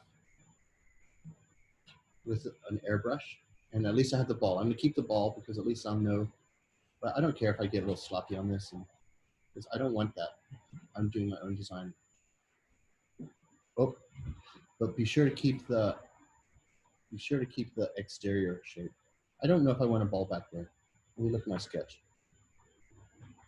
Nope, I've got no ball back there, so I'm gonna erase that out too. But I will keep that ball. There. Now it's nearly ready to print, but not quite. What I want to do is I want to turn the opacity down. Now, if I double click on that to make sure it's not locked. If I turn down the opacity right now, I'm going to get this checker pattern in the back. And I don't really want that checker pattern. So I'm going to put a layer underneath it. Down here, new layer. And I'm going to fill it up with the paint bucket tool with white. Oh, make sure the white is on top right over here. Click on that, fill that up, drag it underneath. So now I have my shoe with a white background instead of that checkerboard. And now I'm going to erase out a few little things I see. Back to E for eraser. Erase out this because I don't need that type of stuff. Okay. Okay, I basically got the shape of my shoe, and I think I can print that. I can double damage, duplicate that in case I make a mistake. I can have 2 copies of this shoe.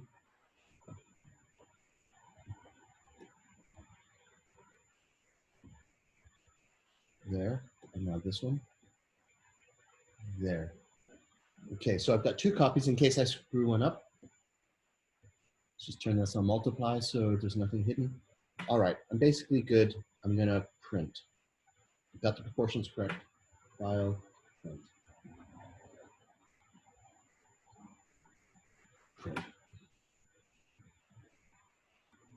Print. I should have turned it black and white, but it should be fine. Just give it a second. And I'll get my camera back going. Just close this down a wee bit. I'm just saying, what have I got in Photoshop on? What is all this stuff? Oh, that's right, all that stuff. All right, here. There, just close down my window so I don't get confused too much. Here we go.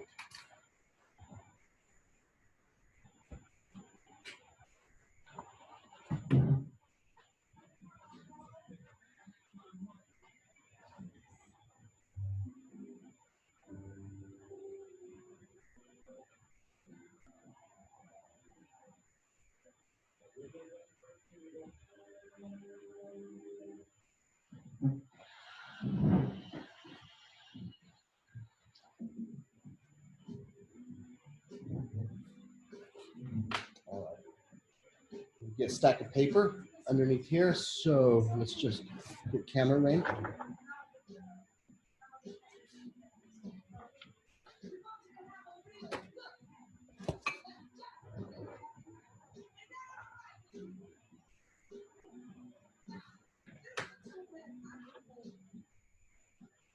Okay, got my printouts. You can also trace. You can trace the shoes. Okay, anyway, I got the printout, and now you know what? I think I'm gonna go like a complete.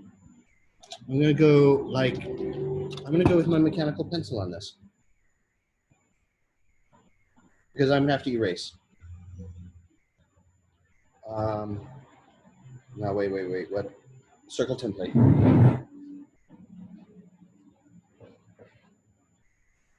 Strongly recommend you buy one of these things because you'll use it for the rest of your life. I've had this thing for at least 20 years. It's broken. I thought it was broken. It is broken somewhere. But anyway, now before I use that, I'm gonna start putting in the outline of my shoe. Just get in a position so you can see without shadows. Okay. I'm just eyeballing it because I erased a little too much, but it's fine.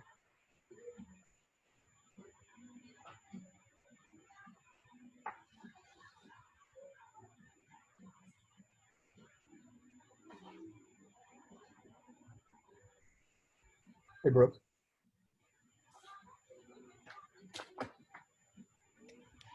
Hey, Brooke.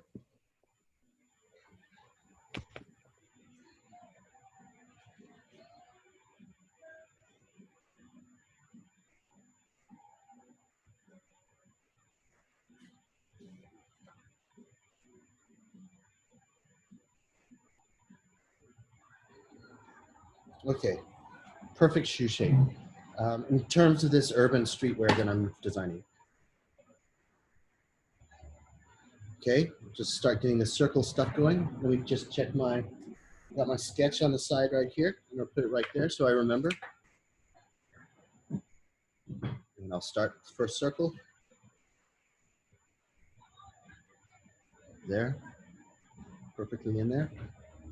Okay, that's the base for all of my stuff. That's gonna be the base. And you know what?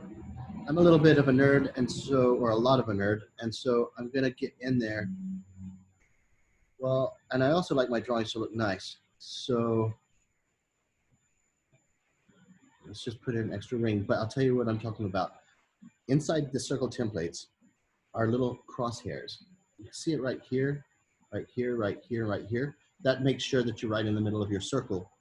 So what I'm gonna do is I'm gonna put that crosshair in where I see those little guides.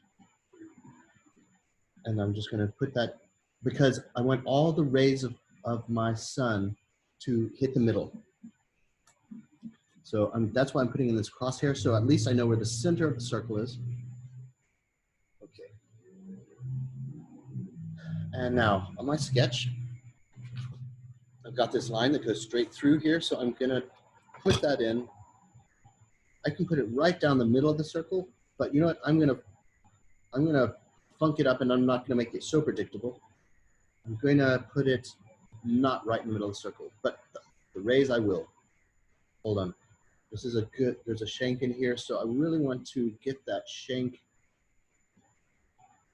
So I'm thinking about multiple things at once. I'm not just doing a random line, I'm actually thinking how I position it with some design integrity behind it. Okay. Now I can start putting in my rays.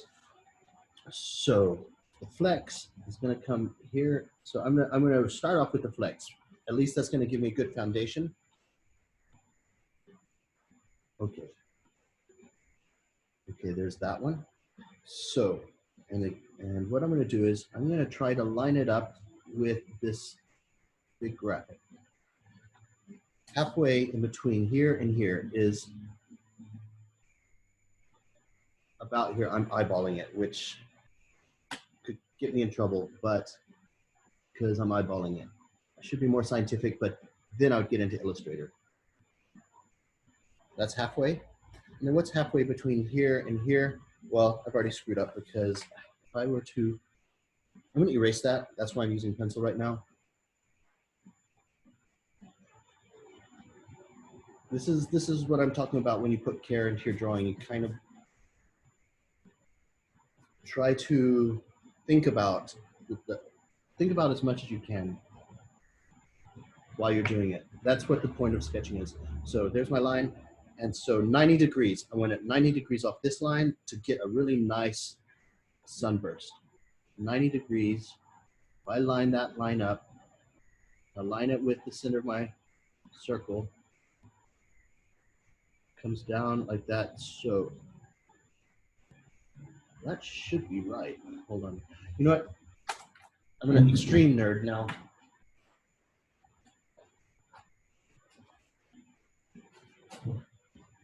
Because those circles is not big enough for me to figure out 90 degrees. This is 90 degrees. So I'm going to definitely get this nailed in. Line it up at the center of my circle. And then stroke this guy. Okay, so now I know it's 90 degrees from this and that. Now I can start eyeballing it with a little more conviction.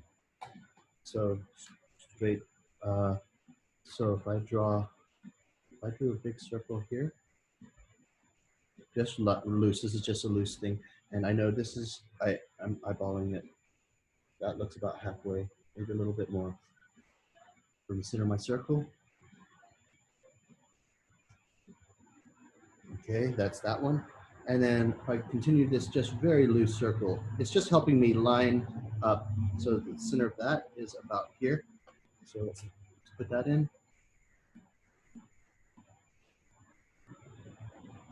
Okay, so I've got my, so now I can go halfway in between here, halfway in between here, halfway in between here, halfway in between here, because it pays to invest a little bit of time at the beginning stages so you can make the rest of the shoe. It's an avalanche effect. So what happens is if you get it wrong at the beginning and you don't spend that little extra time lining everything up, then everything gets screwed up. It just escalates and escalates. And then by the time it's all screwed up. So it's worth investing a little bit of time in the foundations. The snowballing effect. I don't mean avalanche. Maybe it is avalanche. But anyway, that's halfway there. Okay. So my grays are looking pretty good.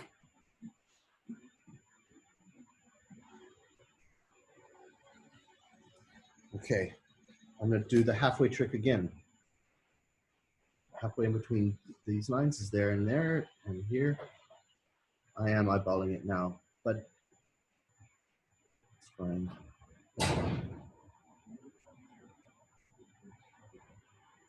Those are my halfway points.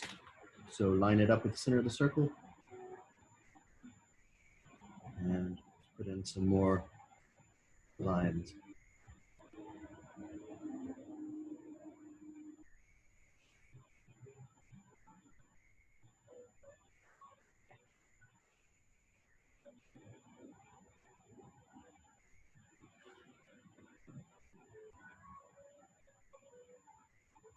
Video cameras, please.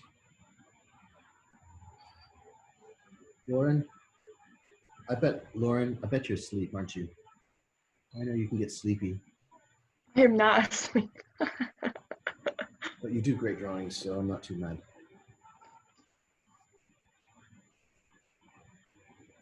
Okay, lining all this up. This is a little boring, I admit. For you guys, at least, anyway. But it's just the process that I have to go through.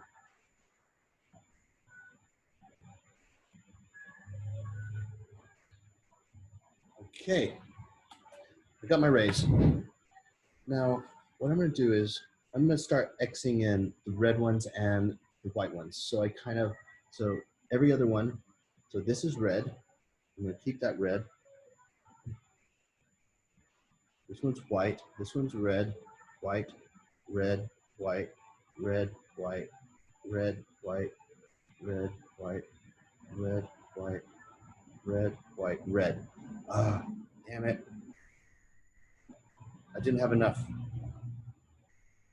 Because right now, this is a definite red. This is for sure 100% red. Now I've got two things, damn it. Wait, let's see, maybe I can fix it. I'm just gonna wing it and fix it and just put in another one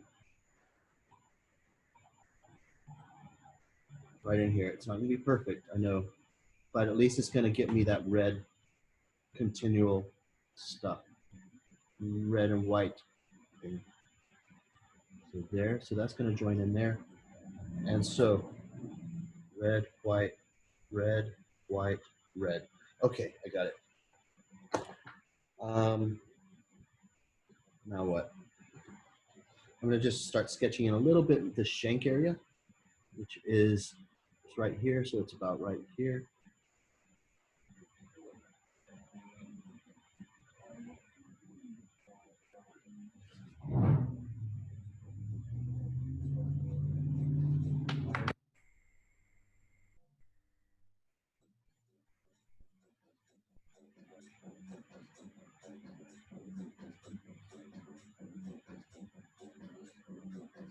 And you know what? I'm gonna like use this, and I'm gonna flare this guy out too. I'm not gonna copy this because I don't like this. I don't think it's that cool. So let me just see if I can get some extra coolness in here. I don't know. I just saw it. So anyway, that's just following in from this line, so I have some consistency. Next stage, I am gonna copy the Air Force One with. No, I'm not. I'm gonna copy this one. I'm gonna copy this one, and I am gonna put some rim around there. It's always a nice little trim piece. So I'm just gonna put that in.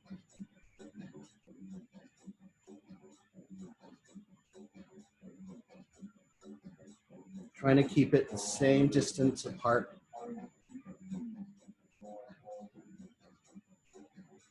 I'm going light.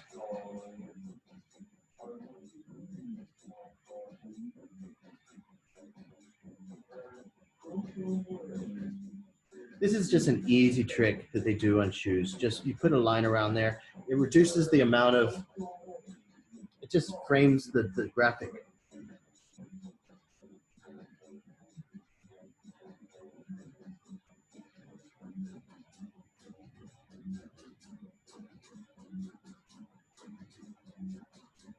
I'll stop it at that shank because that's okay, and I'm going to continue it here.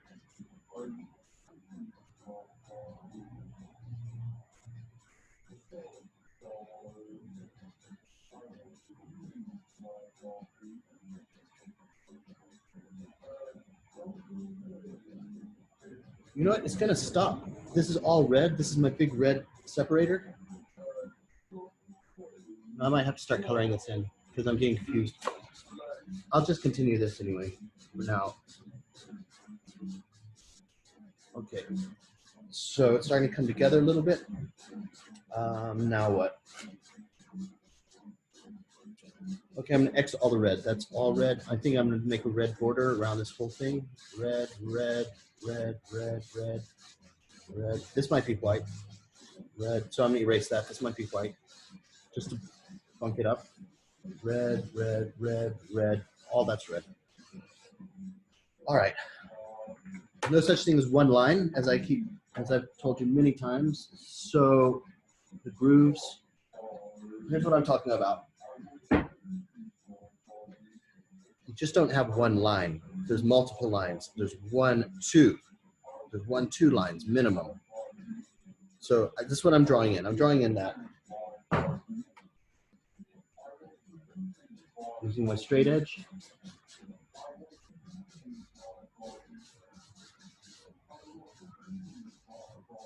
And I'm just going to give them all a little thickness. Carefully.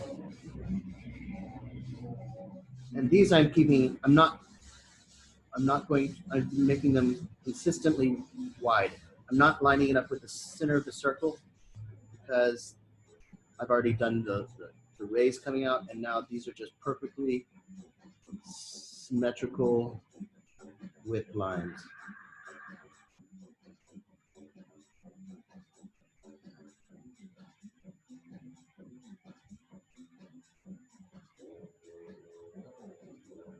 There, keep going around, just lining up. It takes a little time, a little care.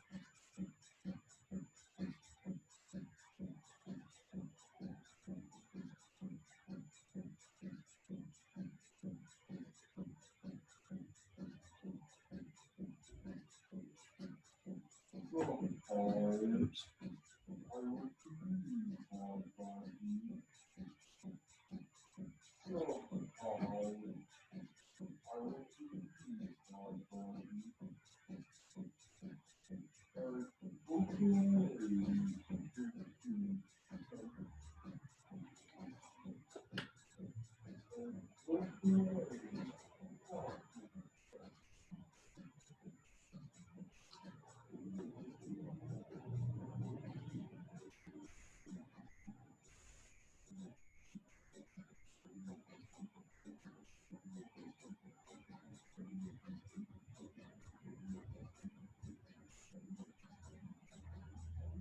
Okay, it's starting to look good.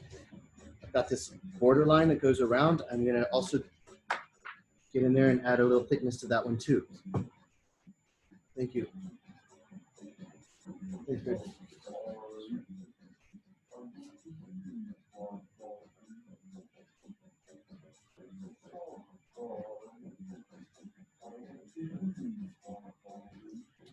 This drawing you should be able to give to a prototyper, and he will get it, or she will get it, whoever's making. Don't even need to render it hardcore.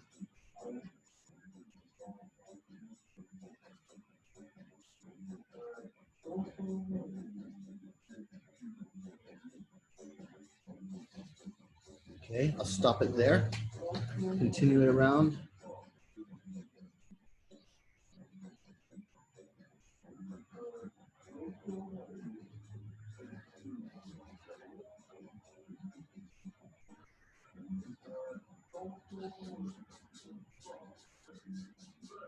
Okay, so, there's going to be definitely one around here because it's going to be a definite piece. It's just one molding, but there's definitely going to be a nice groove that goes around that. Now remember grooves, this groove stuff. Let me pause this for a sec.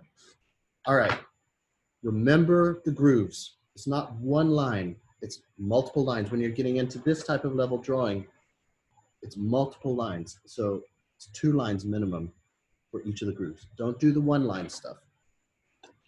And this, when I did this little sketch, this doesn't matter because it's a thumbnail. So just, it's multiple, wherever there's a color separation. Now, what I'm gonna do now, I'm gonna photocopy this because let's put a logo in. Hold on, let's just put in some multiple lines in this one and line it all up. Okay, so those are going to be grooves too. Now I'm going to photocopy this or photograph it with my phone in case you don't have a photocopier. So let's photograph it with my phone.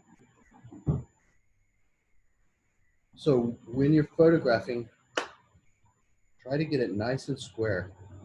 And I'll try to get it all on the camera. This phone's a piece of crap. It's a Galaxy, but it has a great camera. Okay, so I've got it.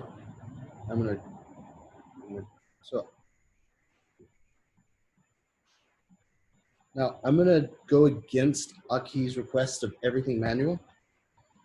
And I'm gonna take this and I'm gonna color this up either with my iPad. I'll use my iPad. Actually, I'll take a picture of it with my iPad.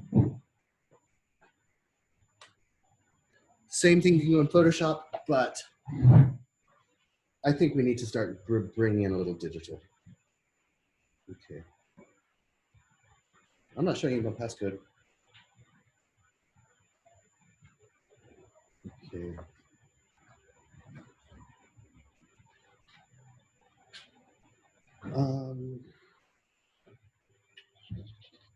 What am I doing? Camera.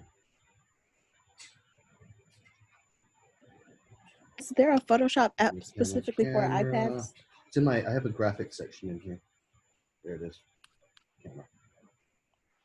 All right, let's just do this guy.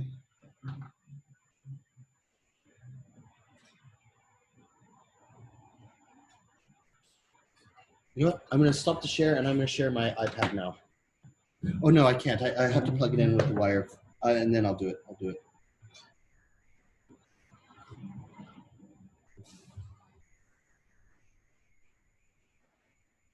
Okay. I'm going to plug this sucker in and see if it works. I haven't done this for a little while. I haven't shared my iPad for like all summer. Maybe I did for a YouTube video. I don't remember. Facebook video. Okay. And I'll have all the cameras going just to see how we can arrange this. Now I'm going to share my iPad.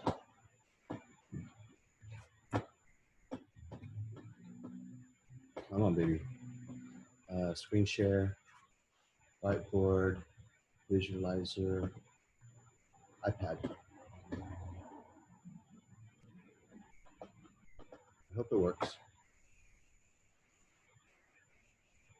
Great, it does. Super. Okay. Now Procreate, there's a few things on here, right? Okay, so let me show you. Procreate, this is my favorite. That's the bee's knees. This is a piece of crap. This is not bad. This is a piece of crap, and it's very popular. This it's called Sketchbook, and it's very popular with product designers and a lot of people. And it's popular only because it's old, and so people grown up with this. But I used to use it, but it's no longer as good. It's old, and now this Procreate is the really the one. Oh, sorry, this is Sketchbook, and this is oops, sorry, and this is Sketchbook too. But I never use them, and I don't know the difference with them. But anyway. What else have I got? I don't know, a few things on here, but this is my Behance, and this is my drive for my artwork and whatever. These two are Behance, I think. Okay, but anyway, let's go to Procreate. I'll make a new screen size, just a default thing. I'm going to open up my, I'm going to add right here. It's add. I'm going to add a photo, take photo, insert photo, and this. Okay, there's my thing, and unfortunately it's very blue, and I might be able to fix this blueness. Let me just test. Let me see if I can, because the controls on, even though this software is really great for sketching, it's not so great for like Photoshop stuff. Okay, hue saturation. Let's just see what I can do. Wait. Layer, okay. So saturation, I'm taking all the way down. Saturation is color, so I could crank up the color, or I can crank it down, so I'm cranking it right down. Brightness, I'm going to increase it, so hopefully I can get rid of some of all the gray. All right, there. Okay, so now I've got my shoe in there. Okay, I just want to, the purpose of this is to just color this in, you know, without having to make mistakes with markers and all that. I'm just trying to do things quickly because my boss is paying me $100 an hour, and she's not going to be happy. I wasted an hour on just markers. All right, so here, I'm making a new layer, and I'm going to make this a multiply layer so I can see through it. Multiply, there, because I want to see my drawing underneath. So now I'm going to choose a brush. Brushes. I haven't used Procreate for a few weeks, so I'm a little rusty. My favorites, these are my favorite brushes I've made myself, or I didn't make them, but I don't know, modified them. Studio pen, I'm cool with that. It's a nice, simple, flat color. Here's an example. Let's go red, red. It's just a very simple thing. It's easy to work with. This is just some detailed stuff. I don't need it streamlined. Well, a little bit. Actually, I will. Okay, because what I'm going to do, these X's is where the red stuff. So I'm going to put that in to just remind me these are the red areas. White and red, white and red, white and red. So, okay. So starting with, I'm gonna make a new layer. Here is my, wait, this is, where's my line? Where's my line? All right, so I'm gonna start off drawing that big red graphic I have just on the medial side. There we go. And I'm just gonna, actually, you do want this, so there's a thing in this iPad where here's the Studio Pen, very flat thing. But there's this thing called streamlining, and you have this in Photoshop as well. And if you crank it up, it makes your lines very smooth. Whereas, okay, let's say you're all hungover and you're sketching like hurts. So if you turn on the streamlining, it smooths it out. It smooths it out basically. So I can make beautiful curves, which is what I want in the soul. So I'm gonna crank it up even more, and I'm not even hungover. But anyway, it just makes things easier. So look at that smoothness.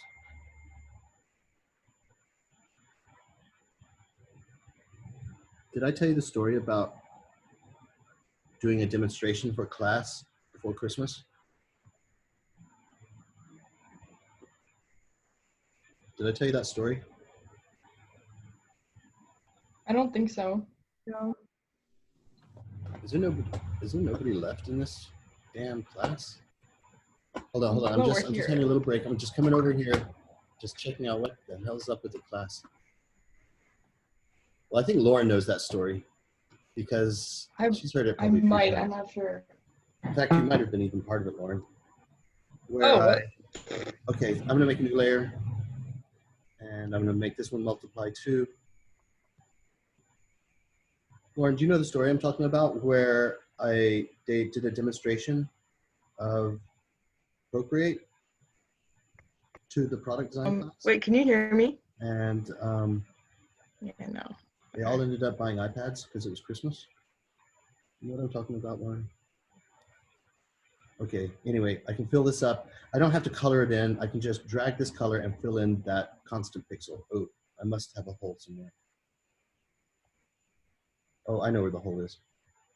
It's inside here. Okay, that one. Let's do this one too. Now I'm gonna go all the way out, but I want to make sure that my lines are lined up. So I have that hole, that gap.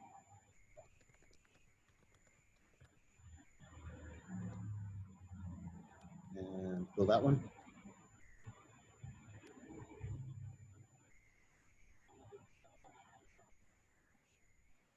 This is very simple Procreate stuff, and I apologize if it's boring. But this is going to be so much easier than like doing markers. I think, you know what, the core of this class really needs to be about sketching and being able to draw something in proportion and nicely, and not necessarily coloring it, markers and all that stuff. I think we should use digital stuff, and I'm going to have to call Aki about this because I'm sure he's going to have some thoughts. And you all have computers, I assume. I think we have to actually. Okay, there and there.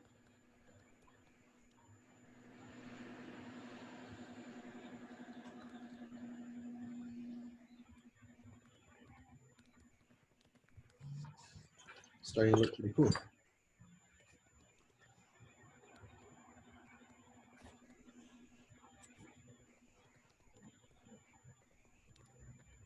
And let's do this one too.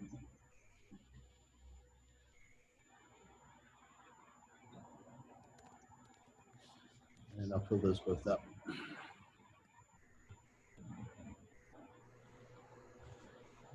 a little layer with these things. I'm going to turn that off. I don't need those. So the sole's looking kind of cool. I'm going to try a couple of experiments. Firstly, I'm going to try, I'm going to do a new layer because then I can get away, I can do a lot of experimentation if I make a separate layer for everything. So I'm going to make a border around this like I drew.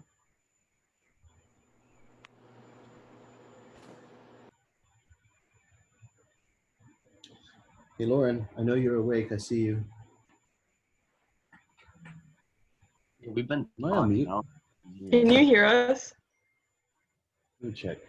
I've got to be on mute. Nobody hears me. Can you hear? Hello? Look at the chat. Not on mute. Come on. Talk to me. Just sent him an email. We are talking. Okay. Well, Talk to me. I don't think he knows that we have a chat either. Yeah. Oh, really? I've got my Wi-Fi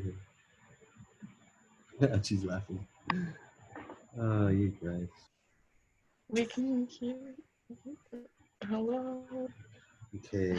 I So feel this is going to bad. be red. Can't hear anything. Wait, Brooke. I'll fill it in just a second. Brook! Right Hey, there. Brooke. Close it up in here. Okay, and just put that in. Wait, Brooke, can you hear It's us? not closed. Let me just see what's going on here. Turn off everything. Brook. Just see why. Oh, I didn't close it here. No, it'll escape. The red will No. escape if you don't have it closed. Okay, now let's turn on all the other stuff. Okay, I'm gonna get rid of these little extended pieces on Feel my so bad. erase. Eraser. No one's talking. He thinks no one's talking. What's Yeah. the size of that There guy? half of us have our mics on, I think. We did. I have mine on. He's been like talking to Everything's us. on multiply too. He's like, hello. I can see little things, but okay, there we go. Oh, now what next? I think my camera is like the first one he sees, so he keeps Got to calling draw me this out. in, but I want Oh to. my God. I'm just gonna Here, fine just- tune this. I see some little tiny issues, It is. but I forgot to They draw can hear me right something, now. and it's a detail. Just really get that fine tuned. I don't like it lumpy. Okay, it looks pretty smooth. Around here's a little rough though. Okay. Oh, and my circle. I'm gonna make that a separate colorway as well. So I'm gonna just let's draw that in. Beautiful thing about iPad is if you draw a circle and you hold it, it pops it into a perfect circle. So I'll give you an example. So I draw a rough circle, you know, a real rough circle, but you hold it and it makes it into the perfect ellipse or whatever you're trying to do. Let me try to do a circle, but you know, rough. There, hold it, boom, perfect circle, just by holding the pen there. Now this is one reason why this software is so much better than Sketchbook, because Sketchbook you have to go into the circle templates, it takes an extra 5 minutes, literally. All right, so anyway, things looking good. I could render the crap out of this right now, but I think I'm pretty happy with the colorways. This is a weird thing right here, I have to say.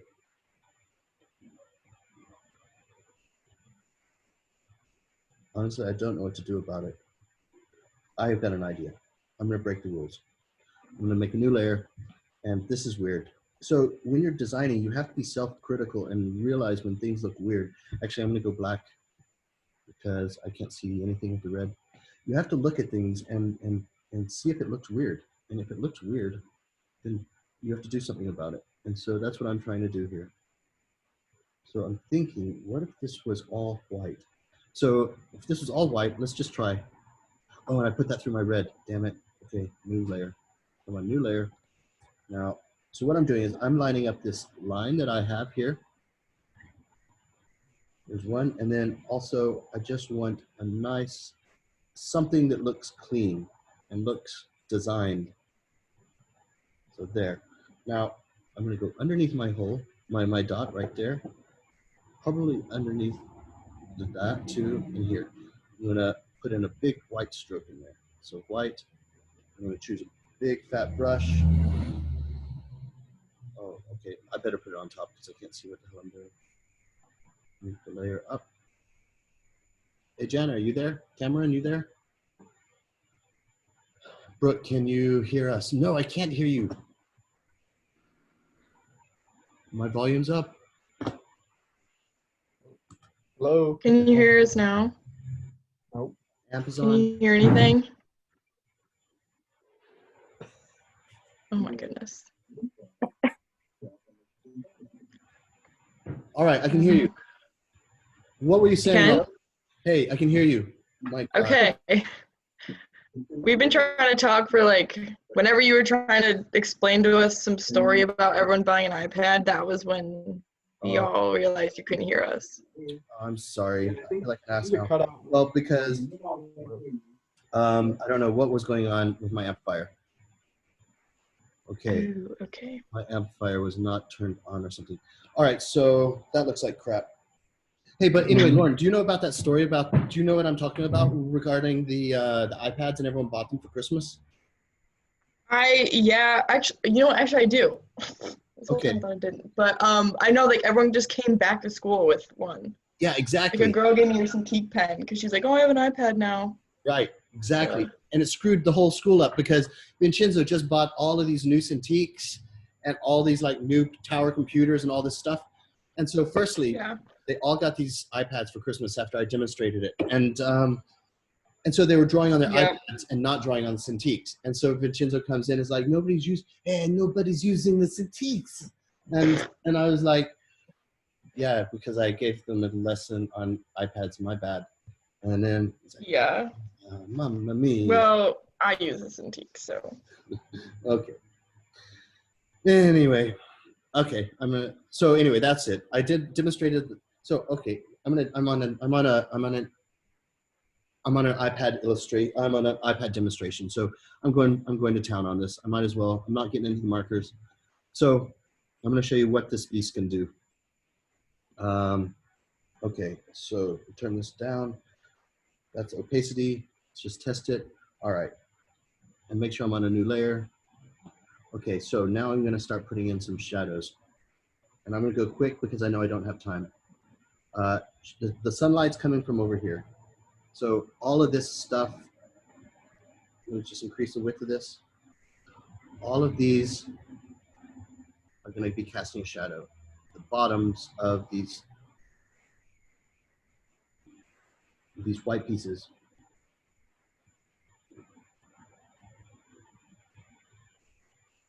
So it's already getting a little 3D in there.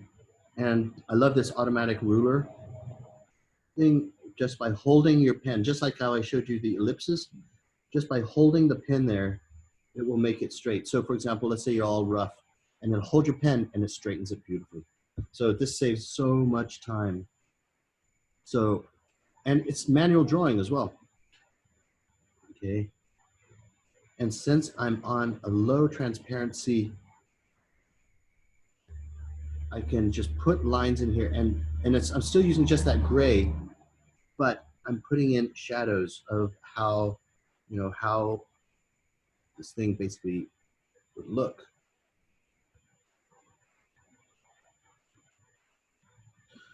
Okay.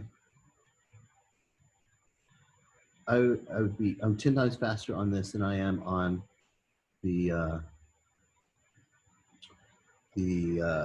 markers.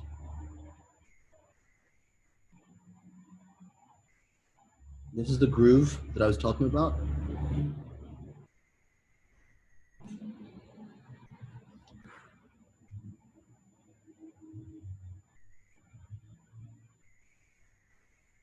So I recommend you get an iPad. It'll last you for the rest of your 3 more years left. And it'll last you longer. I had an iPad for 4 or 5 years. Come on, let's just make this smart. I had an iPad for like, I could have still kept my old iPad, but I lost it at the airport. And that sucked. Okay. But I don't have to buy markers. I don't have to buy pencils. That's why I don't have any new markers. I've been using the same old crap for years because I don't have to use it much except for teaching. Okay, it's getting a little bit of 3D. Now let's go into some white, new layer. I'm gonna go white. Okay, And so all of these stripes, because my sun's coming up here, so this is going to be white. So you get a little bit of reflection in there.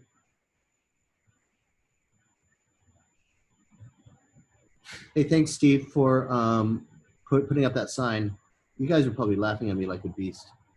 I was like, where is everyone? This class sucks. Nobody's ever talking. Okay, that and the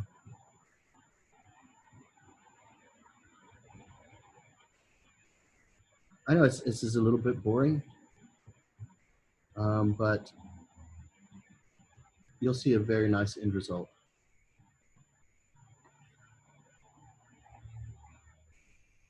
Okay, so you can see some 3D elements coming through. Now I'm going to do all the top edges where the sun would hit.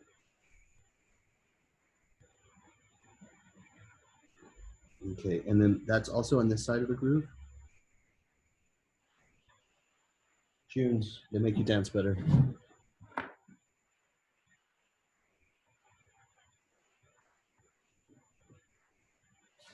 While I wait for that to come on, I'll just finish off. Oh, damn it.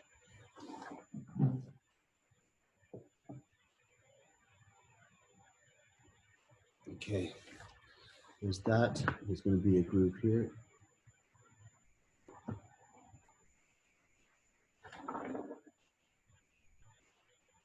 Okay.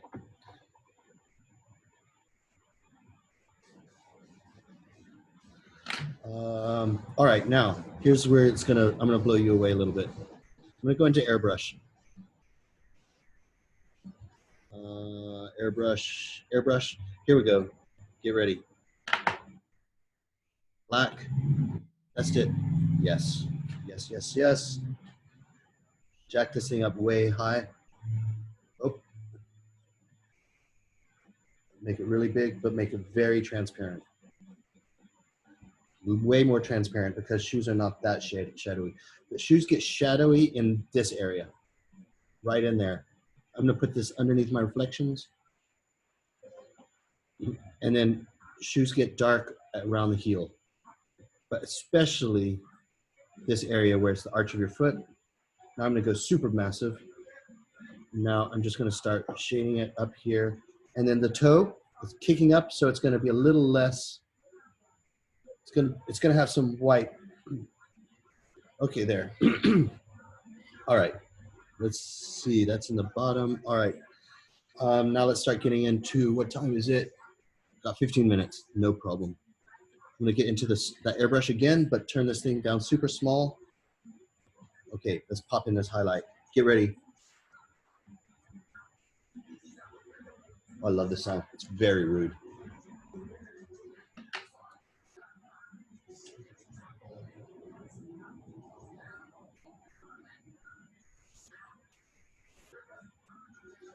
It takes a few attempts.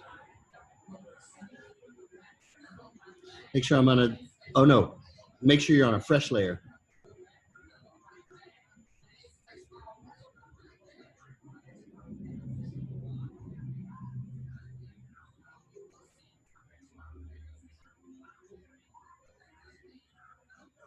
This is the highlight. I'm gonna do the same in black on a new layer. This time I'm gonna go down here.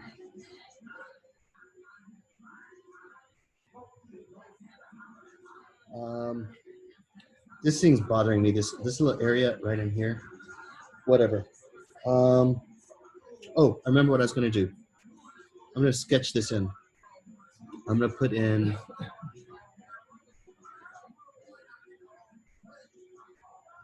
mono, test it. New layer.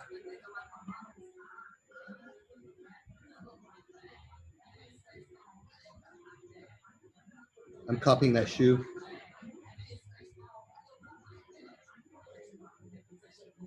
Takes a little time.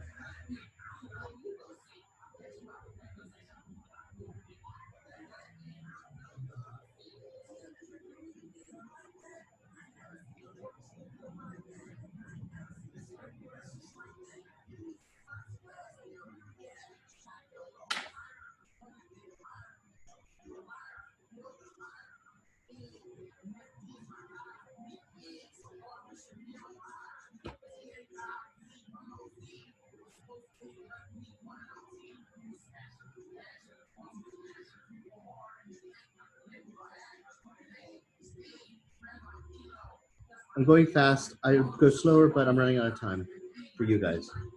But if I was on my own, I would go slower.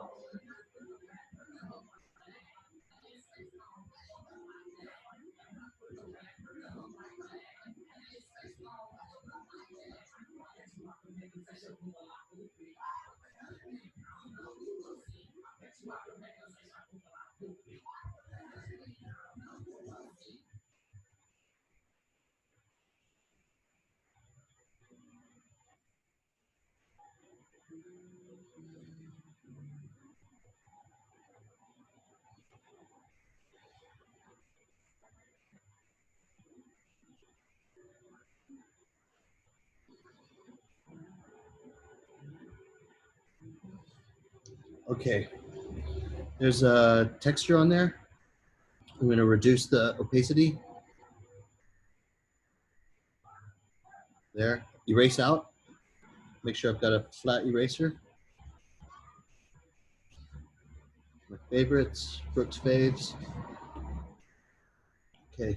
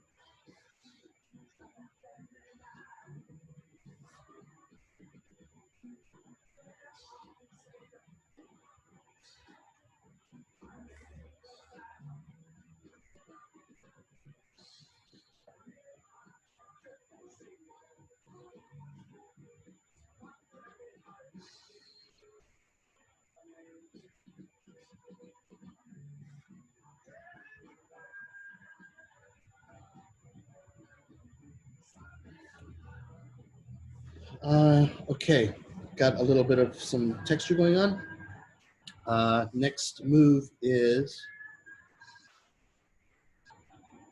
I'll get rid of all this other crap. Okay, I might even turn this into red. Let's see, let me crank it full blast. Okay, full blast black. I can change it to red, I hope. Sometimes it doesn't let me. Hue saturation, layer,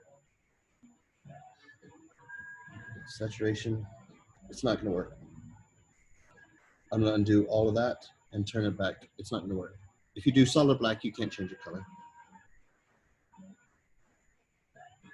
Okay, now some more reflections. New layer. I'm gonna use this brush, let me test it. It works. Crank it down in opacity and size. Sunlight is coming from up there. So the reflections are gonna be popping off right here. Hold on, wait a second, I'm doing it on the wrong side because there.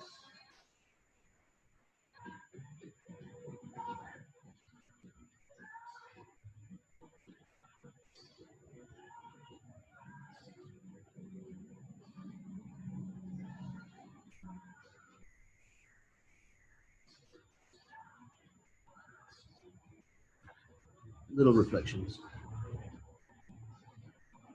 I should take more care.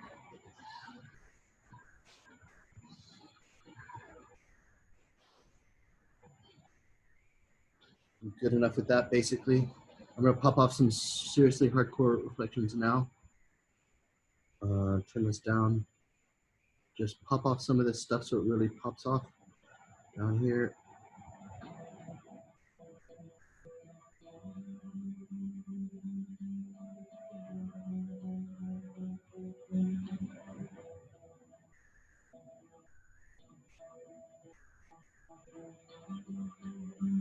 A beautiful thing about this iPad is you can press hard, and as you go along, it gets lighter.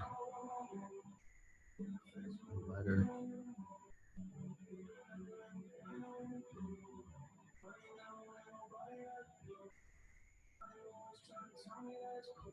Again.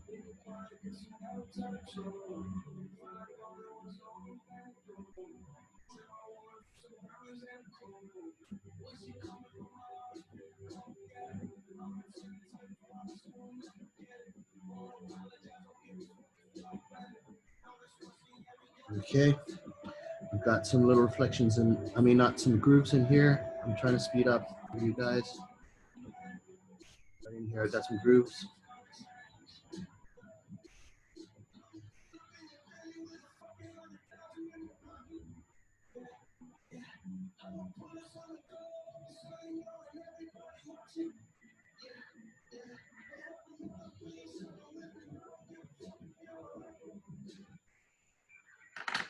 And new layer. I always make a new layer for everything.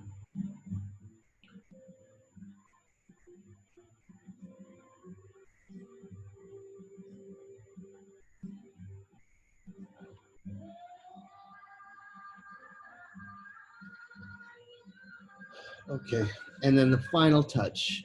We've got like 10 minutes left. This is I'm gonna go brand new layer, and I'm gonna cut out. I'm gonna do some cutting out, and I'll show you what I mean. Test it. Crank it up full blast. All right, so this is cool.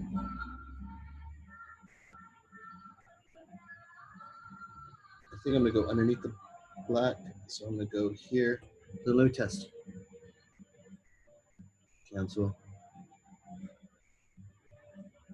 Hold on. Okay, let me test again. Okay, great. So this is how I'm gonna cut out all this, because you know I'm always talking about you got to get into the details of the silhouette and the exterior. That's what I'm doing here. Cutting out all these grooves so the guy who's building this knows what exactly I want.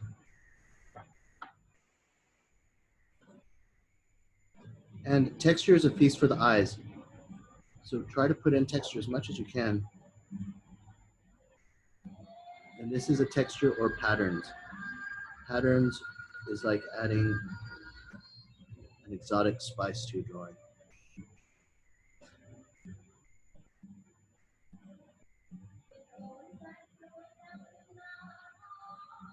It's kind of Yeezy, this Yeezy, a little bit of Kanye West.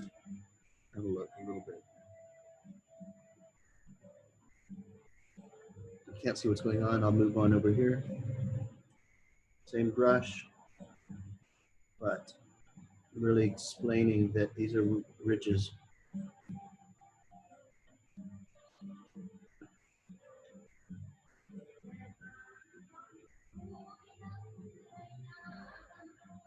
Now I'm just going to wing it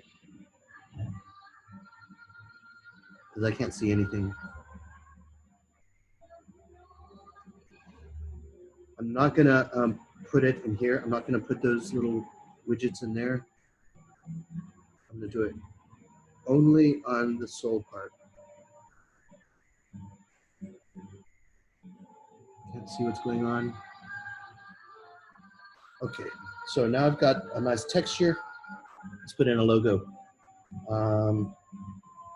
Okay, let's go to internet. We're going to put in our Nike logo. No. Okay, Nike logo.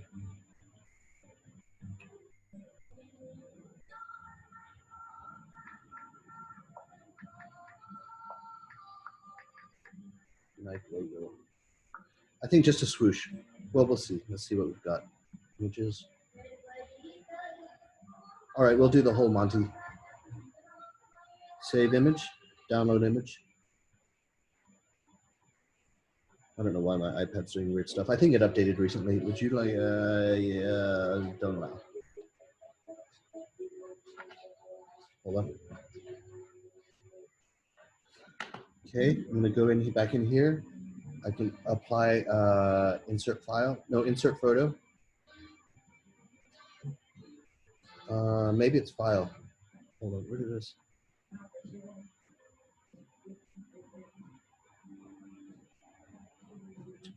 Cancel. Let me try insert a file. Maybe it's in file. Ah. Okay. Let me save another one. Let me try this again. Grab this, download image, share image. Okay, share image. All right, share image, and I'll share it into my Procreate. It's not allowing me. All right, I'll just download image. Where are you?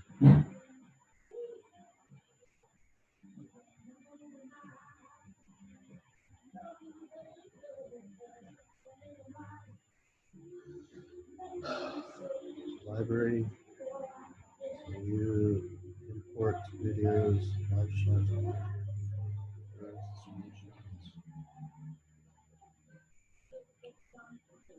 Oh, I can't find it. All right then. All right. Cancel. I can't put in the logo. I can, but I just.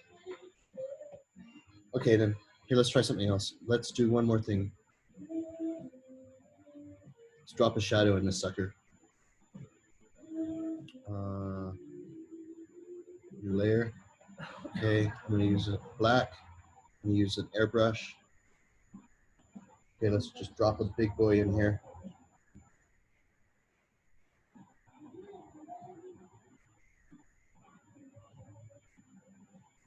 Okay, and we're basically good. And I know we've only got a few minutes left, so I might as well pop off the sun.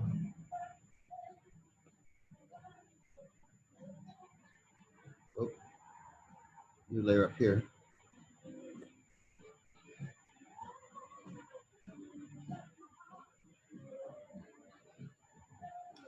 Okay, and another one. I'm gonna go black on this one, and I'm not even gonna change layers on this.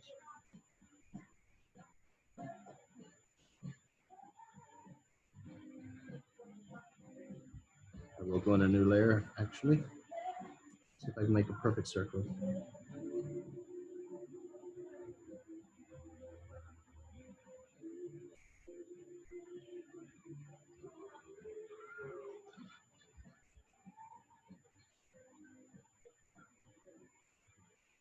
Okay, we've got some details there, and I'm gonna make a new layer, and this time I'm gonna put some white.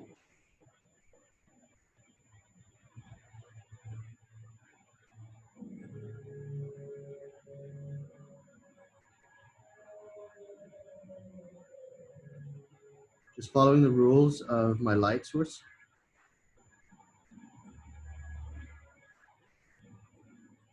There.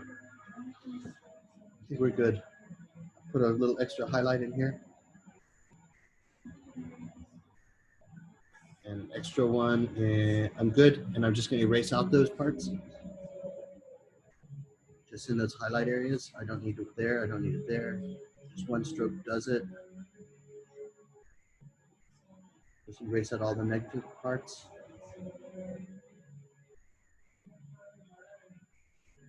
Okay. Let's turn down that black because it's very obnoxious.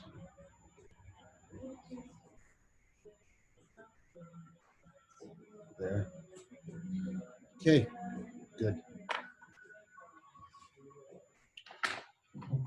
Okay, what did you think of that? Did you think that was cool? I liked it. Yeah, really cool. Makes me want to buy one now. Yeah, man, it's honestly the best.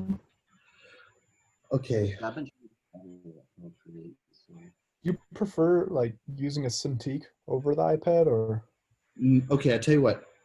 I prefer using iPad for quick stuff, and then I'll do it quickly in iPad, and then it saves it as Photoshop file, as a PSD with all your layers and all of your effects.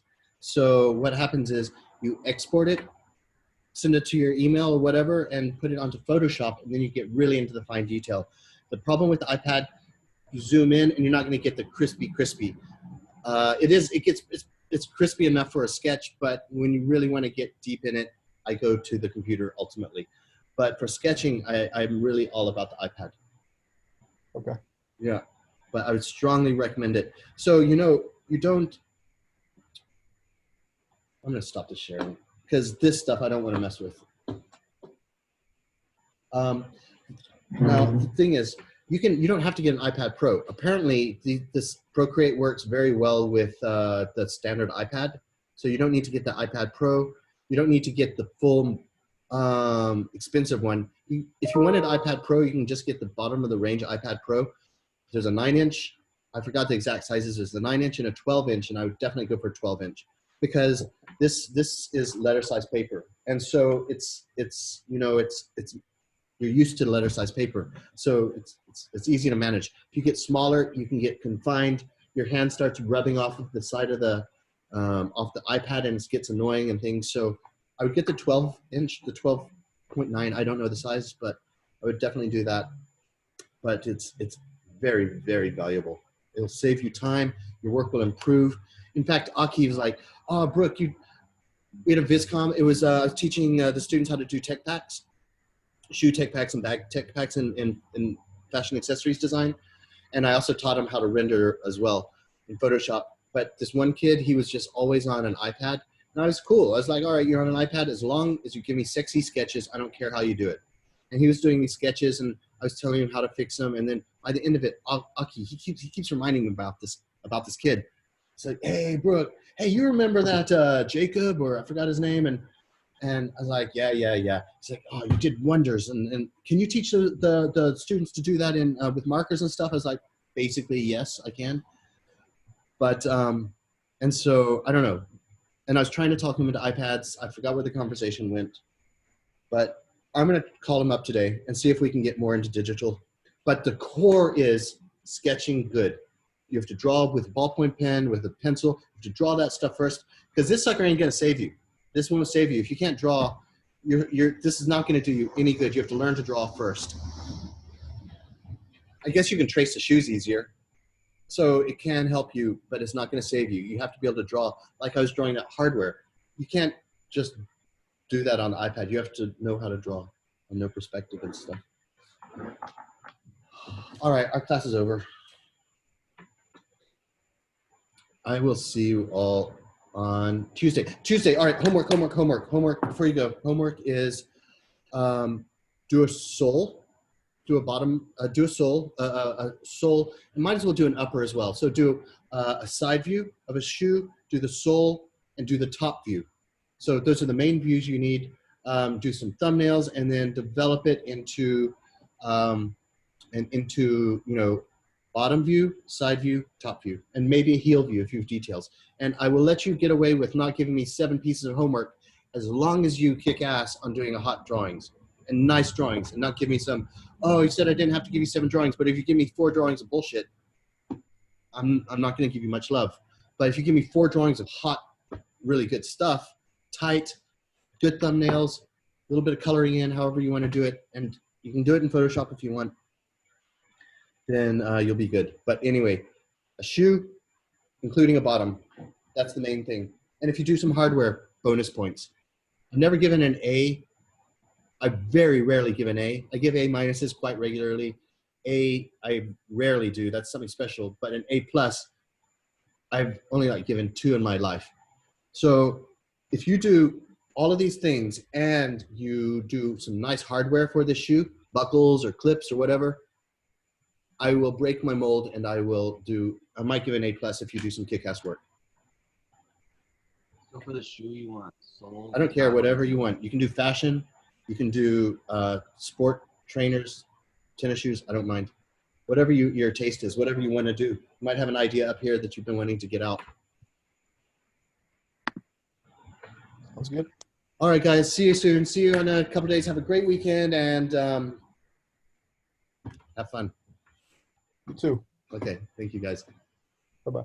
Bye-bye. Thank you. Yep. Thank you.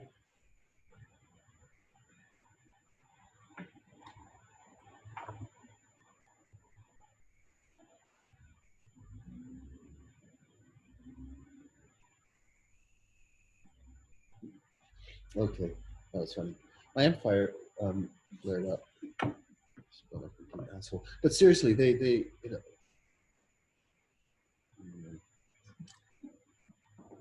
Assholes, you're not even talking to me. I know they were like, they even put up a sign. And when I looked up, I saw that sign.